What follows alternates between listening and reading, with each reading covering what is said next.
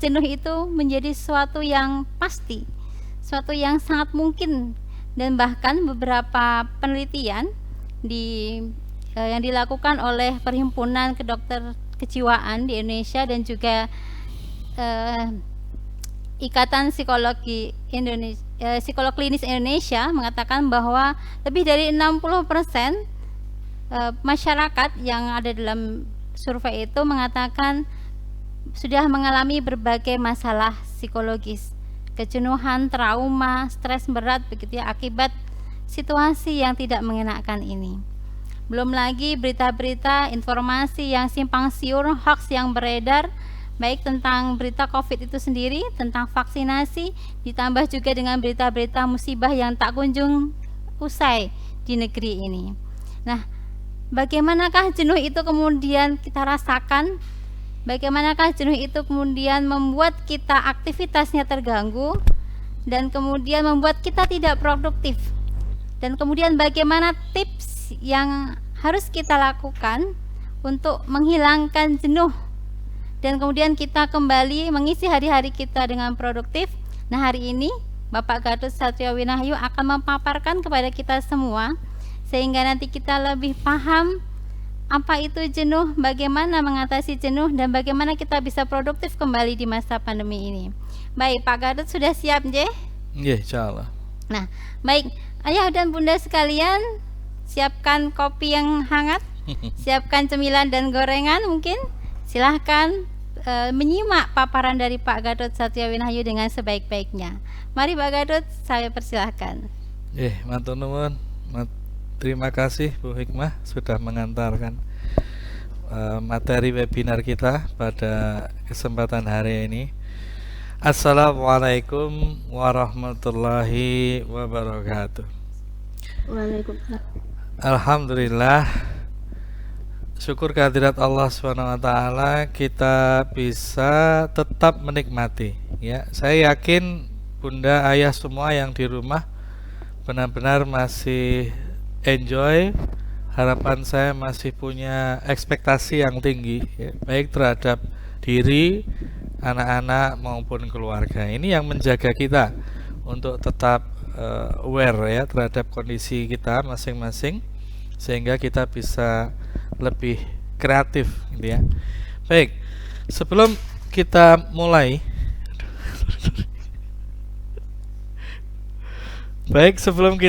mulai tentang permainan apa-apa saja gitu ya yang bisa membuat kita lebih semangat, lebih bisa menyambut hari dengan penuh pengharapan gitu ya.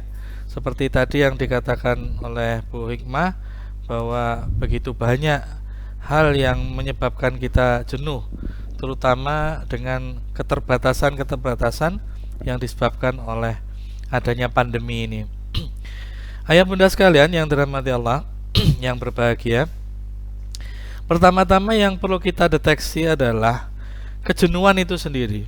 Kejenuhan itu muncul ketika memang terjadi rutinitas yang tanpa inovasi, tanpa pemaknaan, tanpa kesadaran gitu ya. Sehingga kita makin lama makin jenuh. Sebetulnya ini dialami oleh semua ya, tidak hanya saat pandemi. Sebelum pandemi pun ketika seorang karyawan, ketika seorang pekerja, pengusaha, guru, profesional yang lain itu hanya melakukan aktivitas rutin yang berulang-ulang tanpa pemaknaan, tanpa benar-benar memberikan nilai tambah, atau mungkin bahkan tanpa selingan-selingan yang ya membahagiakan gitu, ya pasti jenuh akan melanda ya. Sehingga muncullah ya metode motivasi, metode untuk bagaimana kita membangun suatu pencapaian. Itu penting. Nah, dalam hal ini juga kita bisa menggunakan cara yang sama sebagaimana kalau kita berusaha memotivasi diri kita dalam bekerja.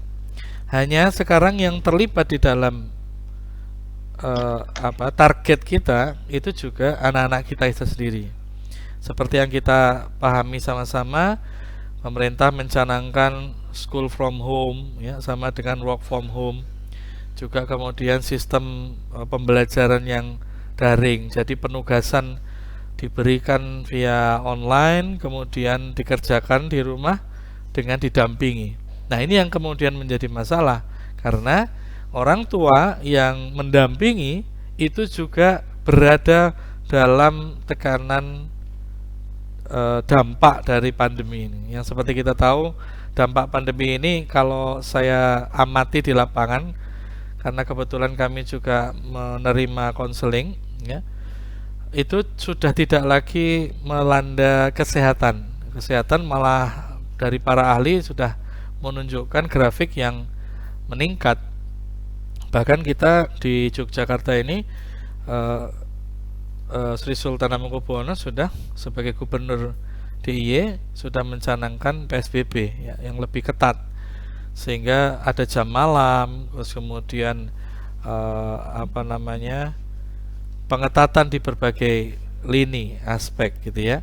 Nah, ini yang menyebabkan kemudian makin banyak kejenuhan-kejenuhan yang terjadi. Nah, disinilah kita perlu benar-benar menyikapinya dengan bijak ya. Kita lihat bahwa makin lama anak-anak kita makin akrab dalam tanda petik ya, akrab dengan gadget yang memang mungkin sudah akrab sebelumnya ya. Ya mungkin ayah bunda sudah membiasakan, ada yang sudah memberi fasilitas itu. Nah, sekarang menjadi semakin kuat sebab untuk berinteraksi dengan gadget karena ada kebijakan school from home. Beberapa orang tua yang terdampak tidak hanya kesehatan tetapi juga mulai berdampak pada ekonomi. Ya, ini juga yang kita amati di lapangan. Nah, mulai lebih sulit lagi mengatur waktu untuk keluarga, waktu untuk anak-anak. Ditambah lagi dengan krisis ekonomi ya, resesi ekonomi di negeri ini mulai berdampak pada keharmonisan ya. Mungkin sang ayah dengan tekanan hidupnya mulai ya sulit memaintenance kondisinya ya. Mulai, kalau kami di ruang konseling, di ruang klinik tuh sering tuh muncul keluhan, misalnya temperamen meningkat gitu ya. Terus kemudian sulit berkomunikasi dengan diksi dan intonasi yang benar ya, yang terpilih secara sadar gitu ya. Yang seharusnya intonasinya biasa, ini menjadi meningkat. Yang tadinya diksi katanya lebih terjaga, ini menjadi loss karena berbagai kelelahan. Baik itu kelelahan fisik karena bekerja keras, juga kelelahan psikis karena dikondisikan seperti yang dikatakan Bu Hikmah tadi, benar-benar dari rumah semuanya, baik itu bekerja, ya, rapat-rapat, kemudian negosiasi dan semuanya. Bahkan kita sekarang nih belajar juga daring. Ya. Makanya saya kalau kayak gini tuh kepengennya bunda-bunda ayah tuh tetap ya menampilkan wajahnya di Zoom untuk meyakinkan saya bahwa saya nggak bicara sendiri. Kalau bicara sama kamera begitu nih ya memang agak berbeda ya. Makanya kalau di grup kulwa kita di WhatsApp ya, saya berkali-kali tuh kasih kode keras, ayo kopdar. Tapi ternyata malah PSBB diperketat. Nah ya sudah, kita sesuaikan saja. Baik ya. Nah, otomatis kita perlu sebelum menentukan atau berkreasi terhadap kegiatan, aktivitas, atau bagaimana cara memaintenance kejenuhan supaya menjadi sesuatu yang menggairahkan, maka kita perlu mengubah mindset ya. Kita perlu mengubah mindset dulu bahwa seperti yang dikatakan di Quran, fa inna ma'al usri yusran, inna ma'al usri yusran. Artinya tidak hanya setelah ya, kalimatnya itu bukan setelah. Ini kalau para ahli tafsir begitu ya mengatakannya, bukan setelah kesulitan ada kemudahan, tetapi bersamaan dengan kesulitan itu ada kemudahan. bersama-sama itu kalau beberapa ahli tafsir mengatakan ya seperti kita bergandengan tangan dengan pasangan kita, itu bersama-sama. Jadi benar-benar hadir bersama-sama kesulitan itu dengan kemudahan. Lah kalau paradigma ini sudah tertanam dalam pikiran kita, maka kita bisa mencari peluang dari setiap hambatan atau kesulitan atau tantangan. Nah, peluang-peluang inilah yang kemudian akan melahirkan berbagai aktivitas kreatif, inovatif. Itu yang pertama. Ya, jadi yang pertama adalah di-style dulu mindset kita bahwa di balik kesulitan dan keterbatasan ini ada peluang-peluang besar. Salah satu yang sudah bisa kita nikmati jelas, ya, kita sekarang terbiasa melakukan webinar atau zoominar seperti ini, ya. Ada yang pakai Google Meet, ada yang pakai Zoom seperti ini, ada yang bahkan menggunakan video call. Anak saya itu kalau kangen sama teman-temannya video call, sediakan HP, ada 5-6 orang anak ketemu semua, atau kalau lebih dari itu ya janjian pakai Zoom, ya, janjian pakai Zoom, semua ketemu. Dan ini perlu, ini menjadi paradigma baru dan menjadi peluang. Karena datangnya kesulitan seperti ini, maka peluangnya muncul. Padahal ini sudah ada dari dulu, fasilitas Google Meet, fasilitas video call, tapi menjadi semakin bermakna, semakin berdaya itu setelah ada pandemi. Nah, ini salah satu contoh munculnya kemudahan bersama dengan kesulitan. Ya, mungkin beberapa ayah-ayah yang lain yang beraktivitas utama sebagai digital marketer itu juga sudah merasakan, ya, bahwa ternyata adanya pandemi malah meningkatkan omset, meningkatkan kebutuhan masyarakat, ya, meningkatkan kebutuhan masyarakat akan online marketing, ya, atau online trading, ya. Nah, ini salah satu peluang dan banyak. Kalau kita mindsetnya sudah mencari peluang di antara kesempitan, maka akan muncul itu. Itu sebagaimana kita fokus misalnya mau membeli motor merek tertentu, gitu ya, atau mobil merek tertentu. Tiba-tiba di jalan tuh muncul mobil dengan merek-merek itu, ya. Seakan-akan loh, kok sekarang banyak ya mobil merek ini gitu. Enggak, sebetulnya dari dulu sudah banyak.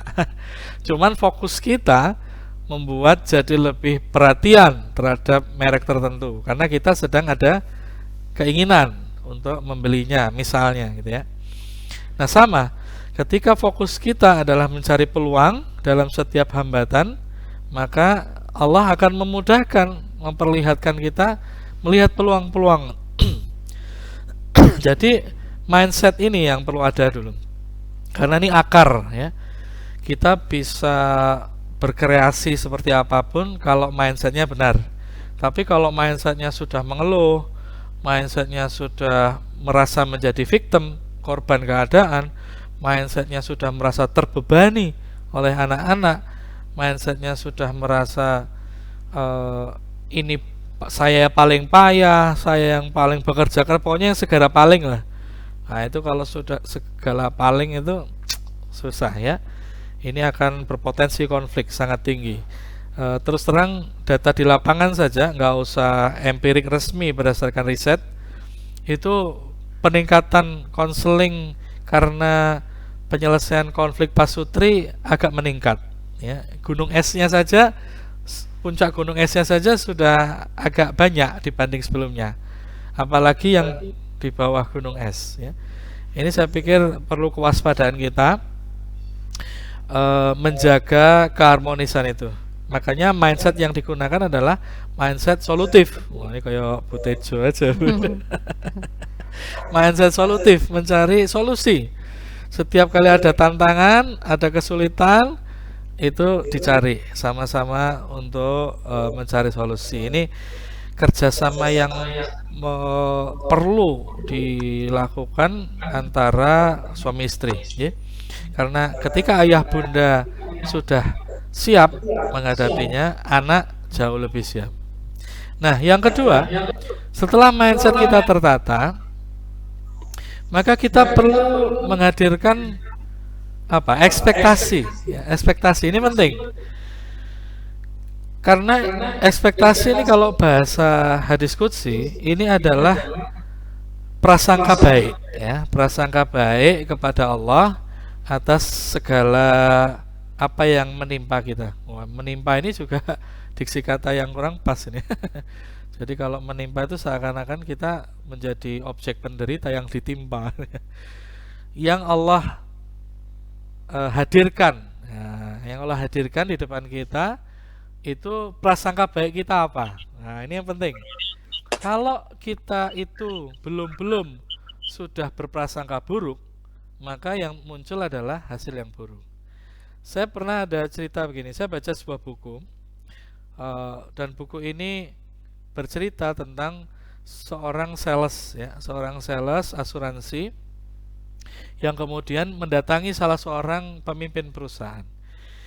Nah, sales asuransi ini meminta referensi. Intinya, Pak, tolong dong Pak, Bapak kan teman ayah saya gitu kan. Saya minta dong referensi nama-nama kenalan Bapak lah, yang kira-kira bisa saya follow up, bisa saya closing. Wah, akhirnya karena ini merasa anaknya temannya, maka diberilah nama-nama, 10 nama. Waktu itu 10 nama dikasih ke sales asuransi ini. Wah, sales ini senang.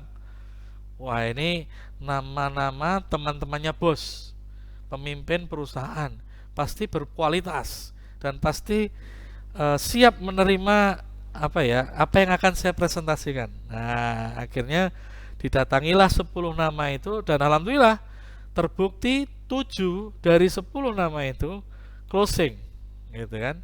Wah, dengan bahagia dia kembali lagi ke bosnya ini, ke teman bapaknya ini. Makasih Om, kemarin itu referensinya dari 10 7 orang closing. Alhamdulillah. Sekarang Om kasih lagi dong.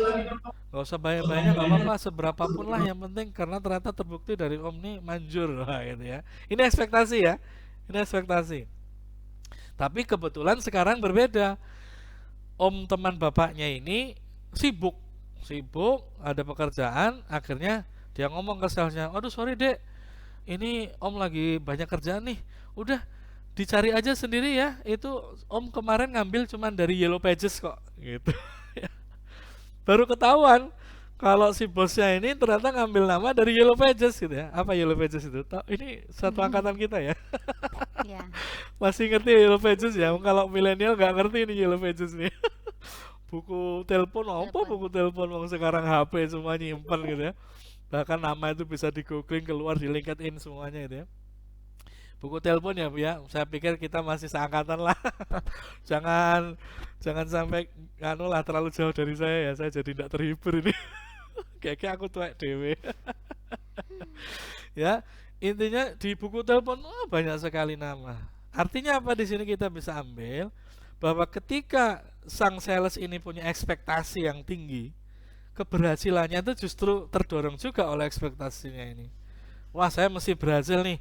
Wong ini referensinya bos loh. Wong ini adalah nama yang diberikan oleh pimpinan perusahaan besar, gitu kan. Dia pikir ini adalah kolega-koleganya bosnya tadi. Padahal bosnya cuma ngambil dari Yellow Pages, dari buku telepon. Nah, ini yang perlu kita jaga ekspektasi ini. Berharap bahwa dengan sentuhan kita, dengan kreasi yang kita berikan, dengan segala konsentrasi fokus kita pada anak-anak, itu anak-anak seneng, anak-anak tuh responnya positif, gitu ya. Bahkan mau mengulangi, gitu ya. Saya tuh enggak dulu ya, sebetulnya deket-deket ini juga masih kayak gitu kadang-kadang. Kadang anak-anak saya tuh kan ya gini-gini ya bisa masak lah.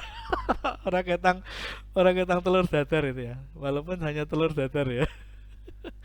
Tapi kalau pas lagi bundanya sibuk yang lain gitu ya, terus anak-anak tuh udah wah pengen makan gitu ya, sudah dimasakin. Nah, ini yang anak kedua ini yang memang paling terasa. Daya kinestetik terutama di olfaktorinya luar biasa. Pernah tuh suatu kejadian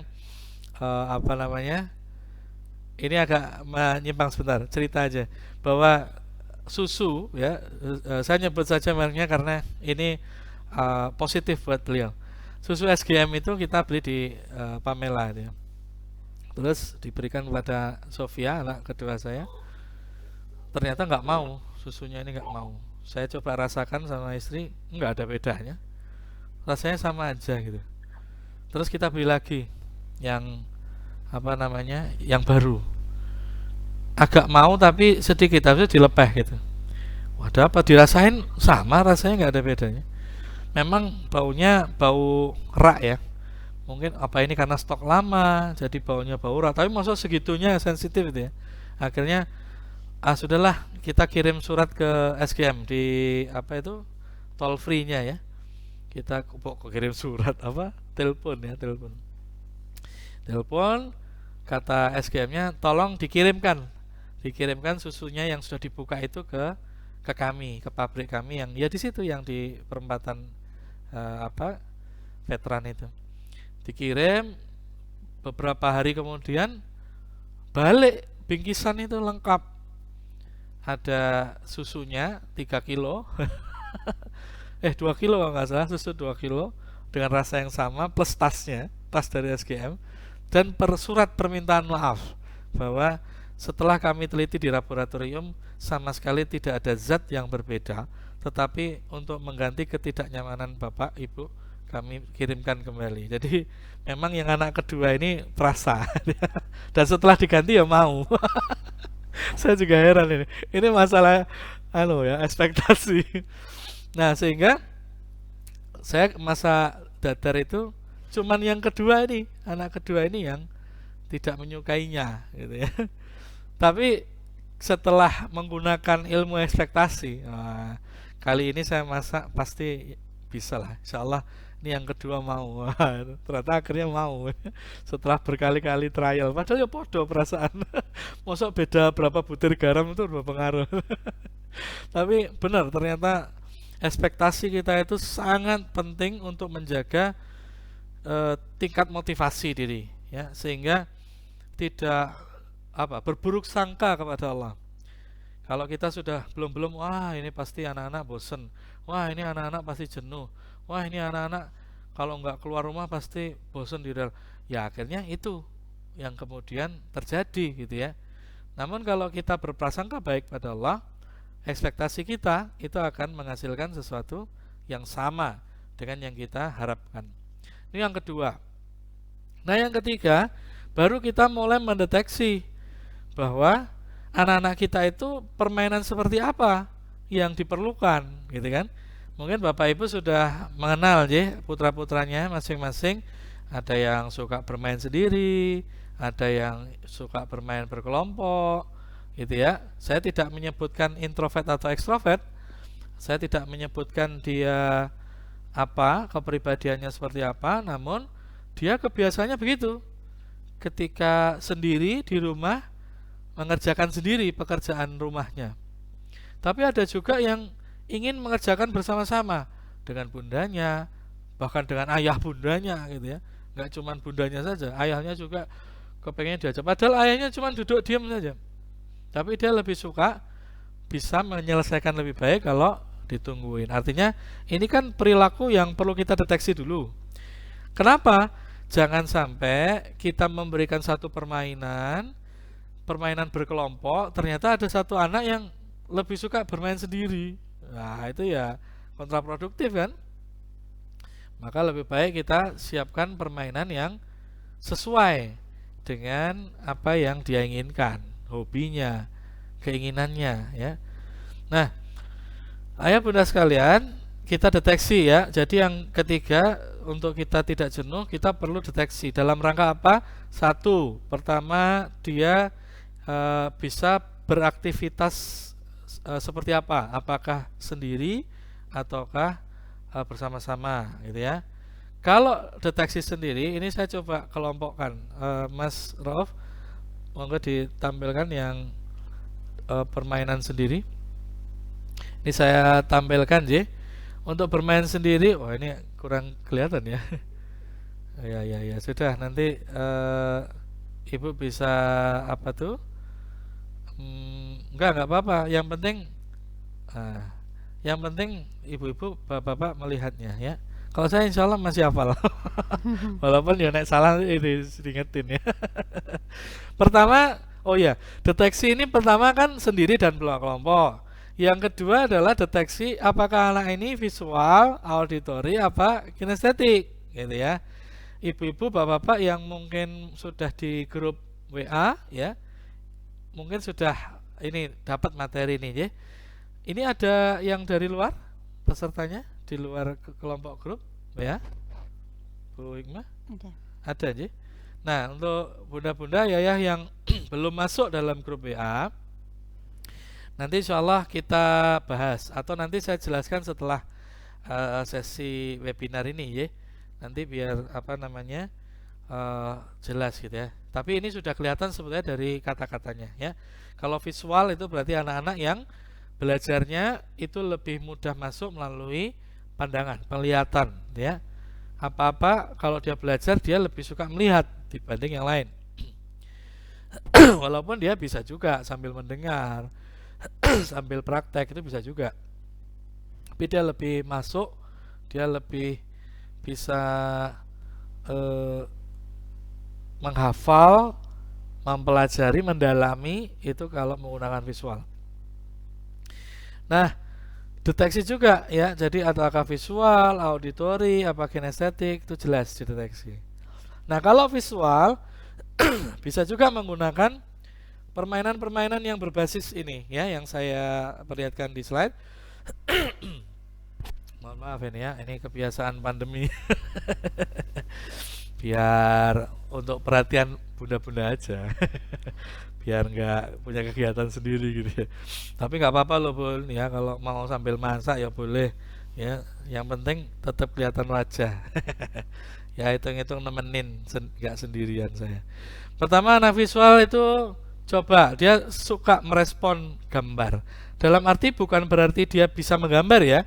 Belum tentu loh anak visual itu bisa menggambar ya. Jadi jangan dipaksa, kamu kan visual, harusnya kamu bisa gambar. Wah, itu tambah bikin jenuh lagi itu ya, bikin stres lagi itu urusannya. Tapi menggambar di sini maksudnya adalah coba dia merespon gambar.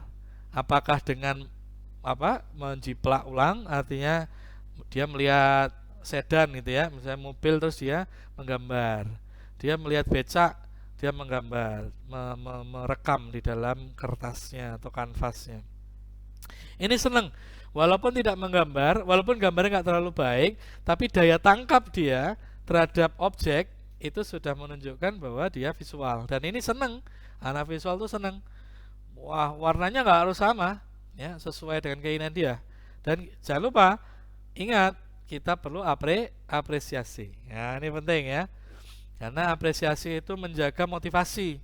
Lah motivasi itu mencegah jenuh. Nah, ini penting. Jangan sampai sudah gambar nggak diapresiasi, akhirnya jenuh. Besok-besok dia nggak mau lagi, ya. Itu. Yang kedua bermain Play-Doh, benar nggak ya tulisannya? Play-Doh, pakai H atau pakai GH. Kan ada, oh bunda langsung, wah ini mahal nih, gitu. Enggak, ada Play-Doh yang bisa dibikin sendiri, ya. Nanti bunda ayah buka saja tutorialnya ya, buka tutorialnya di YouTube bagaimana membuat, ada Play-Doh, ada membuat apa itu namanya permainan yang lengket-lengket apa? Slime. Slime. Maklum zaman sekarang tuh Jen. Ketok nek ayahnya rata main slime. Mainnya kalau saya slime itu di awal, saya bentuk dulu, habis itu anak-anak yang main. Dia lebih kreatif bentuk-bentuknya. Saya senang kadang-kadang bentuk Pikachu, kadang bentuk Pokemon, apa yang dia lihat di YouTube. Ya. Yang paling penting adalah mendampingi, ya, itu yang paling penting. Jadi bukan berarti supaya nggak jenuh, nyoh dikasih permainan terus tinggal perung, ya nggak gitu juga ya, itu masalah baru lagi nanti ya. Nah, yang penting adalah setelah kita berikan apa istilahnya bahan untuk bermain. Nah, kemudian kita dampingi. Tidak hanya ditinggal sendiri, tetapi kita ikut berdialog, ikut bercerita, ikut memaknai gitu ya. Bisa juga loh dimaknai itu dengan dari pendekatan sosial. Apalagi sekarang ada gempa di Sulawesi mana Pak Eko? Mamuju. Sulawesi Barat. Ya. Cobalah kamu masih bisa bermain seperti ini dengan ayah bunda. Bagaimana dengan saudaramu yang di Sulawesi Barat? Lalu didekati dengan pendekatan infak, sedekah, ya, memberi, cari tempat-tempat atau panti-panti yang membutuhkan bantuan. Itu menjadi suatu kegiatan tersendiri untuk anak yang kinestetik tapi ya. Kita sedang bicara yang visual dulu. Nah, membuat itu ya berbagai macam kreasi yang mungkin tutorialnya bisa bunda ayah pelajari di YouTube ya, mudah-mudah saja ya. Yang berikutnya adalah bagaimana menjadi, kalau visual dia suka hal-hal yang sifatnya fotografi ya. Bisa juga, ini juga bisa menghasilkan ya, kalau kita bisa ceritakan tuh ke anak-anak kita bahwa fotografi itu sekarang dibutuhkan ya. Apa itu aplikasinya kalau fotografi yang diajari Bu Ika Hilal tuh? Shutterstock. Hah? Shutterstock. Shutterstock, gitu ya. Di-upload di Shutterstock, ternyata ada yang suka, oh jadi. Ada anak teman saya yang satu sekolah ya, anaknya satu sekolah dengan anak saya, itu kakak sulungnya ya. Jadi adiknya yang berteman dengan anak saya, tapi ini kakaknya, itu bisa menggambar anim ya, bisa menggambar anim tokoh ya, tokoh anim di dalam film-film animasi. Nah, ternyata itu banyak diminati oleh orang-orang bule, orang-orang barat ya, orang-orang bule lah gitu ya, entah dari Amerika, dari Jerman, entah dari Inggris, suka gambar-gambar anim itu, sehingga mereka terus membeli. Padahal kan cuma diupload di Instagram ya, ternyata diminati dan ditawar gitu ya. Kalau nggak salah satu gambar anim tokoh ya, tidak sekedar anim biasa, itu bisa $10 ya per gambarnya. Bayangkan kalau dia menggambar banyak tokoh. Ini juga menjadi bagian fotografi ya, fotografi tanaman, fotografi apa, dengan apa? Ya dengan HP ya, apapun yang bisa ada di situ. Kalau ayah bunda punya kamera, ya pakai kamera. Kalau adanya HP, ya HP saja. Yang penting bukan teknik memotretnya, tetapi kreasi dia dan minat dia. Nah, ini yang perlu kita deteksi ya.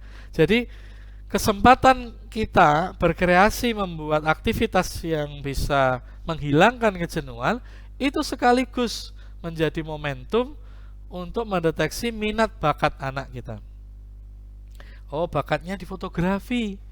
Oh, bakatnya di desain baju muslimah misalnya. Itu juga bagian dari misi kita. Nah, makanya kan kalau mindset kita yang pertama tadi sudah mencari peluang, maka yang ketemu peluang tidak hanya sekedar peluang yang sifatnya material ya, tapi peluang yang sifatnya itu bisa mensupport masa depan anak kita. Ternyata anak kita ada kemungkinan minat bakat di fotografi atau video syuting ya, ada video syuting. Jadi ada anak saya itu juga gitu. Kalau pas nggak dapat HP, dia pura-pura sedang disuting gitu ya, maka dia ngomong sendiri. Nah ini kalau ngomong sendiri kok disuruh bermain-main mencari harta karun ya nggak mau ya, lebih suka ngomong sendiri atau main-main sendiri, seakan-akan dia sedang bermain-main dengan adiknya terus disuting ya, dia nanti menyapa audiens di depan kamera itu. Ini juga bakat yang bisa kita tandai ya, karena ini berarti sesuatu hal yang dia minati. Nah, yang berikutnya anak visual juga tertarik itu dengan YouTuber ya, mirip-mirip anak auditori. Dia bisa buat konten ya.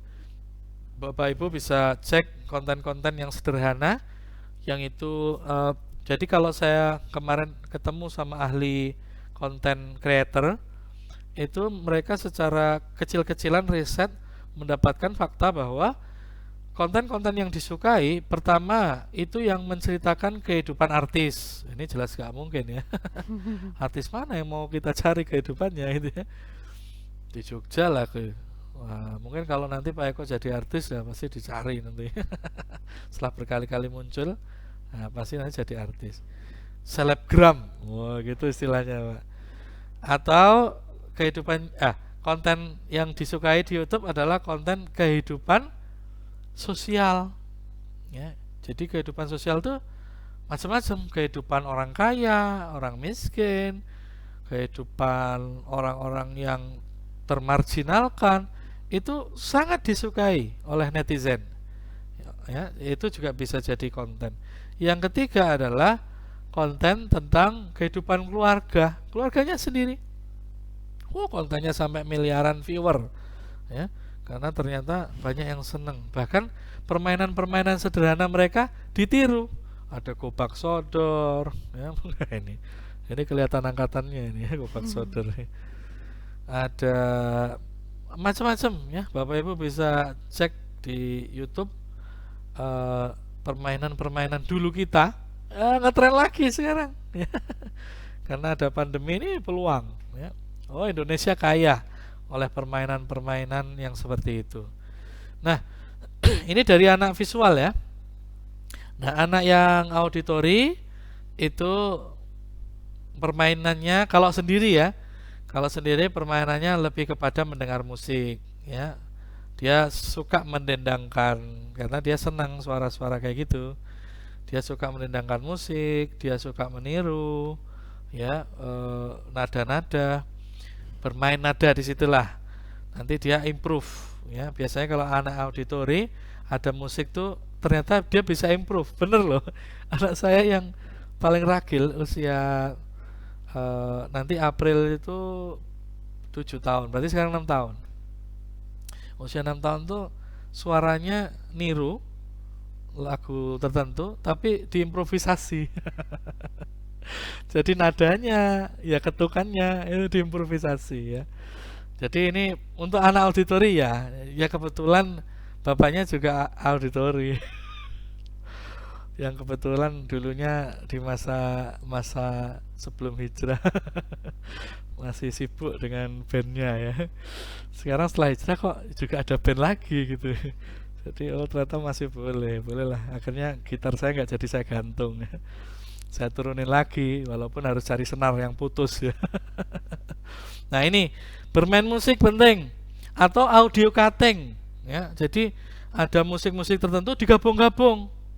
Nah, digabung-gabung menjadi satu karya yang harmonis. Ternyata menarik. Bunyinya jadi oke. Memang anak saya belum berkarya di situ, tetapi anak saya menemukan video yang itu menggabungkan berbagai lagu jadi satu, tapi bagus gitu ya. Saya nggak tahu tuh apakah nanti anak saya akan meneruskan dengan mengcutting suaranya atau gimana. Nah, anak-anak yang sukanya public speaking ya, ini juga bisa. Auditori itu senang public speaking. Nah, bisa bermain siapa Pak Agus sih? Bisa bermain Spotify atau podcast ya. Nah, Bapak Ibu Bunda Ayah mulai harus perlu membuka aplikasi Spotify ini ya. Karena di situ ada ceramah-ceramah, ada ada ceramah agama, ada ceramah tentang motivasi, ada ceramah-ceramah yang lain, atau ada anak-anak yang kayak semacam main kontes dai-daiyah gitu ya. Boleh direkam dan diupload di Spotify. Nggak usah mikir siapa yang bakal nge-like, yang penting anak kita seneng. Ingat, auditori, suara yang paling suka didengar oleh orang auditori adalah apa? Suaranya sendiri. Jadi kalau dia nggak bisa dengar suara sendiri tuh bisa stres tuh. Gitu ya. Makanya dari tadi saya ngecek dulu ini suaranya udah masuk belum gitu. Ini menyemangati ini kayak gini nih ya. Nah, makanya anak-anak auditori pastikan bahwa dia benar-benar bisa mengeksplorasi ya kemampuannya untuk public speaking. Juga bisa public speaking yang menggunakan visual, ya. Bedanya mungkin dengan anak visual sangat memperhatikan penampilannya, gitu ya. Wah, saya kalau YouTubing, saya kalau melakukan video YouTube, ya saya harus pakai jilbab yang indah dulu, yang matching, yang menarik. Atau kalau yang laki-laki, saya harus sisiran yang baik, pakaiannya ngepas, gitu ya. Ini kalau visual. Bedanya kalau auditori, YouTuber asal YouTuber aja ya. Bangun tidur langsung syuting, belum mandi langsung syuting, ya nggak apa-apa, namanya auditori, dia nggak terlalu memperhatikan kondisi tubuhnya saat dia tidak bagus, gitu ya. Makanya kadang saya sering larang, jangan diupload di YouTube kalau belum pakai jilbab, gitu ya. Karena saking senengnya dia ngupload syuting dan tidak memperhatikan penampilan. Nah, ini juga perlu pendampingan. Situ harus pendampingan. Kalau misalnya udah terlanjur di shoot, kan tidak perlu di-upload, ya. Kita masih bisa simpan untuk private, ya. Itu YouTube punya fasilitas untuk menyimpan video-video private yang tidak bisa diakses yang lain. Nah, itu untuk yang visual auditory. Untuk yang kinestetik, ya ini lebih banyak lagi sebetulnya anak kinestetik, ya. Karena dia mewakili 3 panca indera yang lain. 3 indera yang lain, maaf. Sehingga meramai ini, ya, bisa prakarya membuat sesuatu misalnya dari kardus, ya. Anak saya yang pertama itu sekarang sedang misinya menyelesaikan membuat baju Iron Man dari kardus. Waduh, saya tuh tidak bisa membayangkan. Lawang saya aja loh nggak setelaten itu. Ternyata dia, wah, dari mana tahu polanya. Pola itu kan baju Iron Man juga pakai pola, ya, nggak cuman baju gamis saja. Polanya dari mana? Oh, ternyata disediakan, Pak Bu. Bunda ya, pola itu disediakan di mana? Di YouTube ada tutorial membuat baju Iron Man dari kardus. Tadi sebetulnya saya mau share itu hasil topengnya, ya, helmnya Iron Man udah jadi. Cuman tadi akses ke WA-nya belum jadi ini. Ya, jadi saya nggak bisa upload ke Bapak Ibu semuanya. Ada sih sebetulnya. Sebentar, saya bisa perlihatkan di sini. Nah, ini karya apa namanya? Mana sih? Sini, ya. Nah, nggak kelihatan, ya. Topengnya topeng Iron Man dari kardus. Bisa tuh anak kinestetik senang sekali. Kalau anak kinestetik sukanya bergerak. Kalau yang sendiri, ya, kinestetik yang sendiri, ya. Kinestetik yang sendiri itu sibuk sendiri. Mungkin dengan macam-macam, ya. Kalau misalnya pakai menyusun balok, itu juga sendiri. Ada juga yang kayak anak saya membuat dari kardus. Ada yang membuat dari batang es, ya. Jadi es lilin itu disusun jadi rumah, jadi hotel, jadi macam-macam, ya. Bahkan pemandangan alam dia bisa menggambar. Artinya secara kinestetik dia punya prakarya yang ampuh, yang bisa menyibukkan dia. Yang berikutnya, seorang kinestetik bisa diajak ke lapangan, ya, tentunya menggunakan perlindungan yang memadai, ya, dengan protap, ya, masker atau pakai face shield, menangkap belalang, menangkap kupu-kupu, ya, macam-macam, menangkap burung. Tidak harus tertangkap, tapi kegiatannya itu yang menyenangkan, gitu, ya. Jadi saya juga perlu mengingatkan ayah bunda bahwa memberikan aktivitas gini tuh orientasinya jangan target kenanya itu, ya. Jangan harus dapat belalangnya, itu enggak juga. Keasikannya itu justru mencarinya itu, ya. Jangan sampai kita punya kegiatan malah kita stres karena harapan kita terlalu tinggi buat anak-anak kita. Udah, feel free aja, gitu. Kasih kegiatan, targetnya sesuaikan saja menurut mereka. Mau sampai mana target pencapaiannya, gitu, ya. Jangan kita kasih aktivitas, kita juga susun targetnya, kita juga yang ekspektasi. Stres, ya. Apalagi kalau ayah bunda tipikal perfeksionis. Aduh, stres, ya.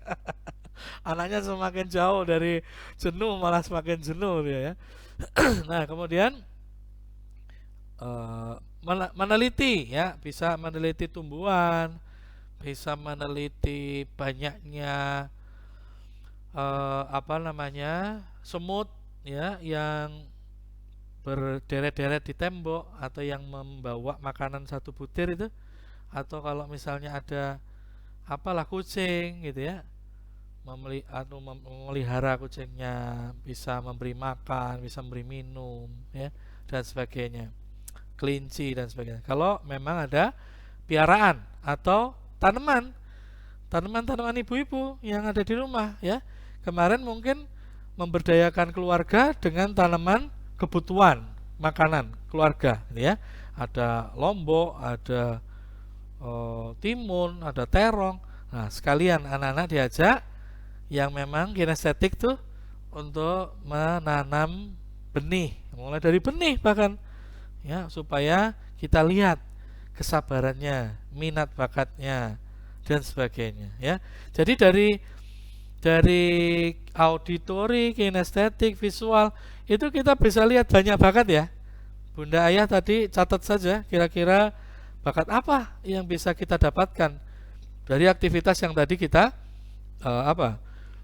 aktivitas yang kita sediakan, kita provide ya. Nah, atau berikutnya juga bisa mengotak-atik sesuatu ya, misalnya bongkar CPU. Waduh, medeni ya bongkar CPU ya. Maksudnya CPU yang sudah rusak aja Pak ya. Jangan CPU yang masih jalan. Atau bongkar HP yang jadul, bongkar laptop yang sudah rusak gitu ya. Bongkar sepeda yang ringan-ringan saja, bannya atau sekedar remnya gitu ya, macam-macam lah. Tapi ini pastinya untuk anak yang kinestetik, yang benar-benar suka. Mungkin bapak ibu sendiri tidak kinestetik gitu ya. Jadi menganggap itu hal yang membosankan. Ya, bagaimanapun kita kan ibarat negara, kita nggak bisa menyesuaikan kebutuhan masyarakat sesuai kebutuhan kita kan. Kita harus sesuaikan dengan kebutuhan masyarakat. Jadi walaupun kita nggak senang, kita nggak bakat di situ, tidak ada salahnya kita justru menunjukkan atau menumbuhkan sedikit demi sedikit minat kita, walaupun tidak sampai ke minat banget gitu ya, tapi minimal anak-anak itu merasa didampingi. Ingat ya, segala permainan sendiri di sini tidak berarti benar-benar sendiri. Ojo terus nyoprung, ya udah gitu ya. Pokoknya bunda mau masak, ayah mau daring sendiri pakai laptop, wes kamu sendiri, enggak gitu juga, didampingi. Kalau kita bisa sambi, kalau enggak bisa buat waktu khusus ya, buat waktu khusus di mana kita bisa ngatur waktu. Jadi kalau ada janjian daring, ada janjian kerjaan, itu bisa diatur sesuai jadwal dengan anak-anak. Toh anak-anak ini juga enggak seharian ya, kita harus gunakan untuk waktu sholat, waktu makan, waktu tidur gitu ya. Baik, Bunda Ayah sekalian, ini adalah beberapa permainan sendiri. Kalau kita sudah bisa pastikan bahwa mana anak yang suka bermain sendiri, mana yang sukanya bermain kelompok. Ini tadi kategori yang bermain sendiri ya. Nah, sebelumnya saya agak setback ke belakang. Sebelumnya deteksi juga ayah bunda ya. Penting ini, ayahnya itu memang suka bermain sendiri atau bermain bersama, itu penting ya. Jangan sampai ternyata kita bikin permainan sendiri, ayahnya pengennya berkelompok, akhirnya sedikit memaksakan anak-anak untuk berkelompok. Itu juga tidak mengasihkan, malah menjadi potensi konflik gitu ya. Nah, deteksi juga bunda sendiri, apakah memang suka permainan ini, suka permainan itu ya, bermain sendiri atau bermain kelompok, sukanya di dalam rumah atau di luar rumah. Itu juga deteksi ya, disinkronkan ya bunda ayah dengan anak-anak di lapangan, jangan sendiri-sendiri. Baik, kemudian kalau sudah terdeteksi yang ini sendiri, sudah si anak sekian, anak nomor berapa itu suka sendiri, maka kita support, kita provide dengan permainan tunggal. Kemudian sekarang ini anak-anak yang bermain kelompok. Lebih banyak yang bermain kelompok ya. Walaupun permainan kelompok itu pertama syaratnya kita harus deteksi lingkungannya dulu, Bu, Bunda, Ayah ya. Rumahnya seberapa luas gitu ya. Rumahnya seberapa luas. Yang kedua ada halamannya apa enggak. Jangan-jangan begitu pagar tuh langsung jalan raya. Wah, bahaya itu ya. Jangan bermain di luar rumah itu. Ya, kemarin ada yang menawarkan rumah di pinggir jalan veteran tapi begitu pagar langsung jalan itu ya. Nah, itu kan memenuhi apa namanya? Syarat gitu ya. Kemudian seberapa banyak ya objek yang bisa dieksplorasi di rumah kita ya, di halaman kita. Nah, ini di slide sudah saya tampilkan permainan-permainan berbasis kelompok, tapi deteksi dulu. Nanti dia mau bermain bersama siapa? Apakah bermain bersama saudara-saudara saja atau bersama orang tuanya juga ikut bersama saudaranya? Artinya satu keluarga tuh lengkap. Misalnya walaupun dia anak tunggal ya. Walaupun dia anak tunggal berarti bersama orang tuanya kan? Itu juga bersama-sama atau bersama teman kampung. Ada tuh. Kalau di rumah saya tuh anak-anak TPA udah pada manggil, ayo Torik keluar gitu ya. Otomatis ada main di musola, kadang ada main di halaman musola gitu ya. Itu juga bagian dari deteksi kita juga. Pertama, kenapa harus deteksi? Agar pas ya, permainan yang digunakan pas, dan kemudian cara kita mendampinginya juga pas. Nah, yang kedua, sekarang permainannya. Permainannya apa saja? Oke, slide Mas. Pertama, permainannya adalah permainan peta harta karun. Nah, peta harta karun ya. Peta harta karun tuh Bapak Ayah Bunda tidak usah terlalu repot membuatnya. Sebetulnya tutorial banyak juga di di YouTube ya. Disesuaikan dengan tempat-tempat di rumah ya. Bisa juga peta harta karun ini dikombinasikan dengan kegiatan bersama seperti memasak itu ya. Anak kinestetik nih suka permainan masak yang berkelompok ya. Kan ada itu kayak Master Chef. Wah, permainan Master Chef ya. Memasak sesuatu berkelompok, tetapi bahan-bahannya dicari dengan menggunakan peta harta karun. Petanya ya disesuaikan letak rumah ya. Di mana televisi, di mana sofa, di mana ruang tamu, di mana tempat tidur, buffet, terus kemudian kasurnya di mana gitu ya. Itu digambar. Ini kalau di slide hanya contoh saja. Bisa jadi itu mesin cuci digambar, terus kemudian tempat sisir di mana, HP letaknya, televisi gitu ya. Terus nanti dibuat. Wah, itu bisa syarat-syaratnya panjang.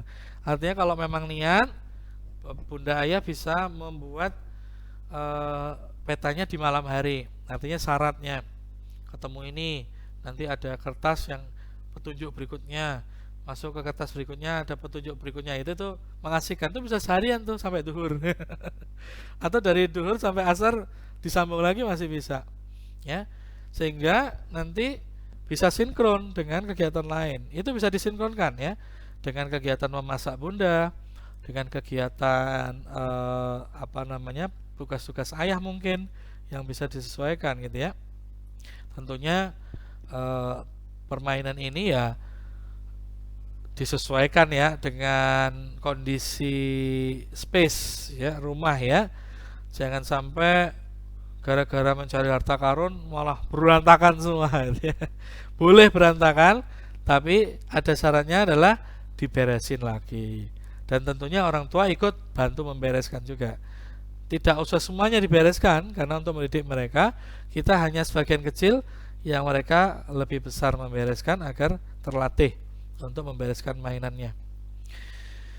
Nah, yang kedua adalah ular tangga. Ini juga permainan kelompok ya. Ini yang sejenis dengan permainan ini itu adalah monopoli ya, karambol. Kalau ada karambol itu ya. Atau tenis meja mungkin kalau di rumah ada. Catur ya. Catur tuh banyak, itu bisa catur asli, yang profesional bisa jadi apa namanya itu, halma, bisa juga yang lain-lain ya. Kalau monopoli itu aturannya dijelaskan ya. Kalau lihat monopoli permainannya jelas untuk anak yang sudah paham ya. Sebetulnya anak itu cepat paham asal kita mudah cara memahamkannya dengan bahasa yang mudah dan aturannya dipermudah ya. Jangan wah saklek pokoknya aturan monopoli kudu gini ya, enggak kayak gitu ya. Sesuaikan saja yang gampang-gampang. Yang penting apa sih sebetulnya? Kebersamaan ya toh. Latihan matematika. Oh, penting wong monopoli itu juga ada uangnya ya toh. Berarti kan harus penjumlahan tuh, jual beli, pengurangan, ya, pengalian ada itu ya. Terus kemudian apalagi bisnis, ya, sense bisnisnya dikembangkan. Oh siapa tahu ketemu minat bakat bisnis dari anak kita, ya penting. Tapi aturannya disederhanakan saja lah. Oh jual rumah, apa beli rumah, beli hotel itu disederhanakan ya, nggak usah harus saklek. Termasuk kartu kesempatan dan kartu apa tanda tanyanya itu juga disederhanakan ya, tidak harus bikin sendiri ya, tidak apa-apa kartunya ya, yang penting asik aja permainannya gitu ya. Juga permainan yang lain adalah masak bersama itu ya, untuk yang perempuan, anak-anak perempuan dipimpin oleh bundanya. Oke, kita bikin masak kayak bentuk permainan kayak permainan Master Chef gitu ya. Dapur udah disiapin, bahan-bahan udah disiapin, kamu bagian apa wah nanti pura-puranya ada jamnya ya yang menentukan. Ini ngerajang, ngerajangnya bahasa Indonesianya apa ya? Mengiris-iris bawang berapa menit, nah gitu ya. Memasak telur berapa menit gitu ya. Ini menjadi penilaian, nanti asik sendiri tuh ya. Yang gosong siapa? Terus yang tumpah yang nggak apa-apa, jadi bahkan tumpah, kotor, jatuh itu jadikan satu permainan yang tidak nggelake tidak membuat gelo, alah, tidak menyesalkan ya, tidak membuat aduh ya telurnya pecah ya, tepungnya tumpah, nggak apa-apa, udah nggak apa-apa, yang penting kreatif aja gitu ya. Kita tujuannya apa sih? Tujuannya tidak jenuh, tujuannya bahagia gitu ya. Bisa bermain-main dengan orang tua ya, dan enak, orang tua juga fresh gitu ya. Mungkin dulu ada ayahnya yang kurang bisa bermain kotor-kotor, sekarang saatnya kesempatan menggali padune padune ini ngentek-ngentek wae. Bunda juga begitu, kesempatan mewariskan ilmu masaknya, mewariskan ilmu jahitnya, mewariskan ilmu apa, membuat baju pola gitu ya, dan sebagainya, macam-macam yang Bunda mungkin punya kemampuan yang di luar saya pikirkan gitu ya, dan mungkin beda fenomena juga dengan saya. Nah ini yang perlu kita pelajari. Nah Bunda ya semuanya, ini contoh saja permainan berkelompok, juga yang lain-lain tentunya ya. Kalau misalnya sembunyi-sembunyian, ya itu tergantung berapa luas rumah kita dan berapa banyak tempat sembunyi gitu. Jangan-jangan masuk ke lemari malah berantakan dan kekunci di situ ya. Tapi yang jelas asik-asik aja. Kalau memang mau sembunyi-sembunyian boleh, mau berkreasi yuk membentuk bangunan tinggi, sama-sama membangun bangunan tinggi boleh. Apa sih yang mau dilatih?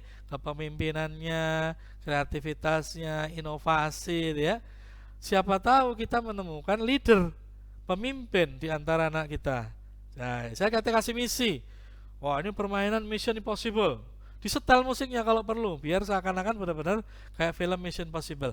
Kalau perlu ditontonkan sedikit tentang penggalan misi dari Mission Impossible. Baru kemudian disetelkan musik latarnya, disebutkan misinya, baru kemudian kita lihat bagaimana siapa yang memiliki bakat memimpin secara alamiah. Tidak harus kakaknya loh, bisa juga anak tengah, bisa juga anak ragil, anak bungsu, bisa juga anak sulung tentunya ya. Atau semuanya punya bakat memimpin sehingga tidak jadi bangunannya. Itu juga satu deteksi ya. Wah semuanya memimpin ya nggak bisa ya. Kalau satu misi semuanya mampu oleh pemimpin semua, lah siapa yang mau ngerjain? Tapi ini menjadi apa? Menjadi pemaknaan di akhir permainan. Nah, ini penting. Saatnya ayah maju ngasih tahu. Nah, anak-anakku, kalian ber-13 dengarkan ayah baik-baik. Wow, anaknya 13 ternyata. Luar biasa bisa bentuk kesebelasan ini ya. Nah, itu satu-satu sudah mulai menunjukkan kepemimpinannya. Jadi banyak ayah bunda kreasi-kreasi yang bisa kita bentuk kalau kita punya misi, kalau kita punya ekspektasi, kalau kita punya mindset paradigma yang benar. Ini yang paling penting. Ya, jadi yang membuat kita survive, tidak jenuh, bahkan termotivasi, itu adalah capaian. Kalau ayah bunda punya capaian-capaian, tentunya kita terpacu untuk menyelesaikan target goal kita itu. Masalahnya adalah apa sih yang membentuk awal tadi ya dari pertemuan? Apa sih yang membuat kita jenuh dan tidak termotivasi? Rutinitas. Tidak sekadar rutinitas, tapi rutinitas yang tidak bermakna. Rutinitas tapi punya makna, masih ada pencapaian dan itu bisa membuat kreativitas. Tapi udah rutin, benar-benar rutin, nggak ada maknanya ya, dari bangun pagi, masak, nyiapin daring buat sekolah, makan siang, sholat, begitu terus, ini menjadi sulit. Bahkan dalam kegiatan-kegiatan keagamaan, ya tadarus, tahfidz, tahsin itu ya, itu bisa mengasihkan kalau kita bisa meng-create menjadi satu hal yang mengasihkan. Misalnya, sebentar lagi tahfidz nih, tahsin, Iqra, Umi, ya dengan Pak Sohib, nyebut nama lagi Pak Sohib bener apa? Ini mesti kerjanya Sofia ini. Pak Sohib, siap lagi sama Pak Sohib. Wah itu asik. Nanti kalau satu halaman selesai, berarti tambah 1 jam bermain dengan gadget. Tentunya didampingi ya.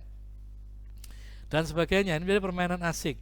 Target berikutnya, kalau berhasil 1 halaman, tasnya lancar, berarti bisa ditambah pembeli buku Cilukba. Ketok banget ini.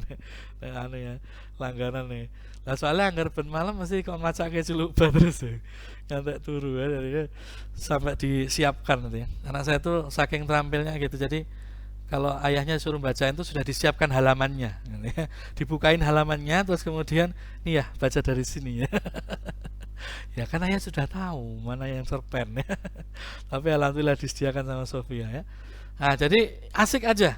Yang paling penting nomor 1 tadi di awal ya, mindset. Mindset ini paling akarnya ini. Kalau mindset kita udah ya pandemi ini bikin susah aja, anak ini bikin beban aja, apalagi ayahnya, ayahnya dibawa-bawa. Padahal ayahnya lagi webinar ini. Ayahnya dibawa, bundanya ini bikin repot sebagainya.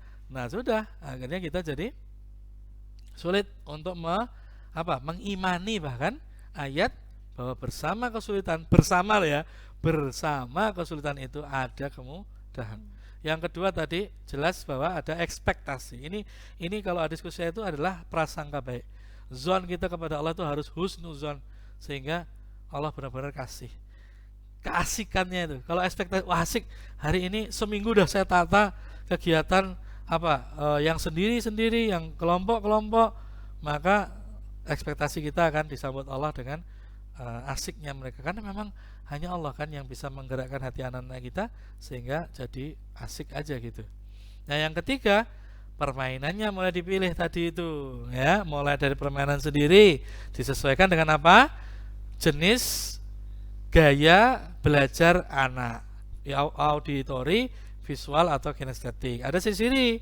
Nanti yang kelompok juga, kalau kelompok kan menyatu ya, audio visual kinestetik semuanya jadi satu. Kayak ular tangga, itu yang visual seneng warna-warni, yang auditori seneng karena ikut ya jatuh, ya naik lagi, itu suara-suara kayak gitu tuh seneng auditori ya.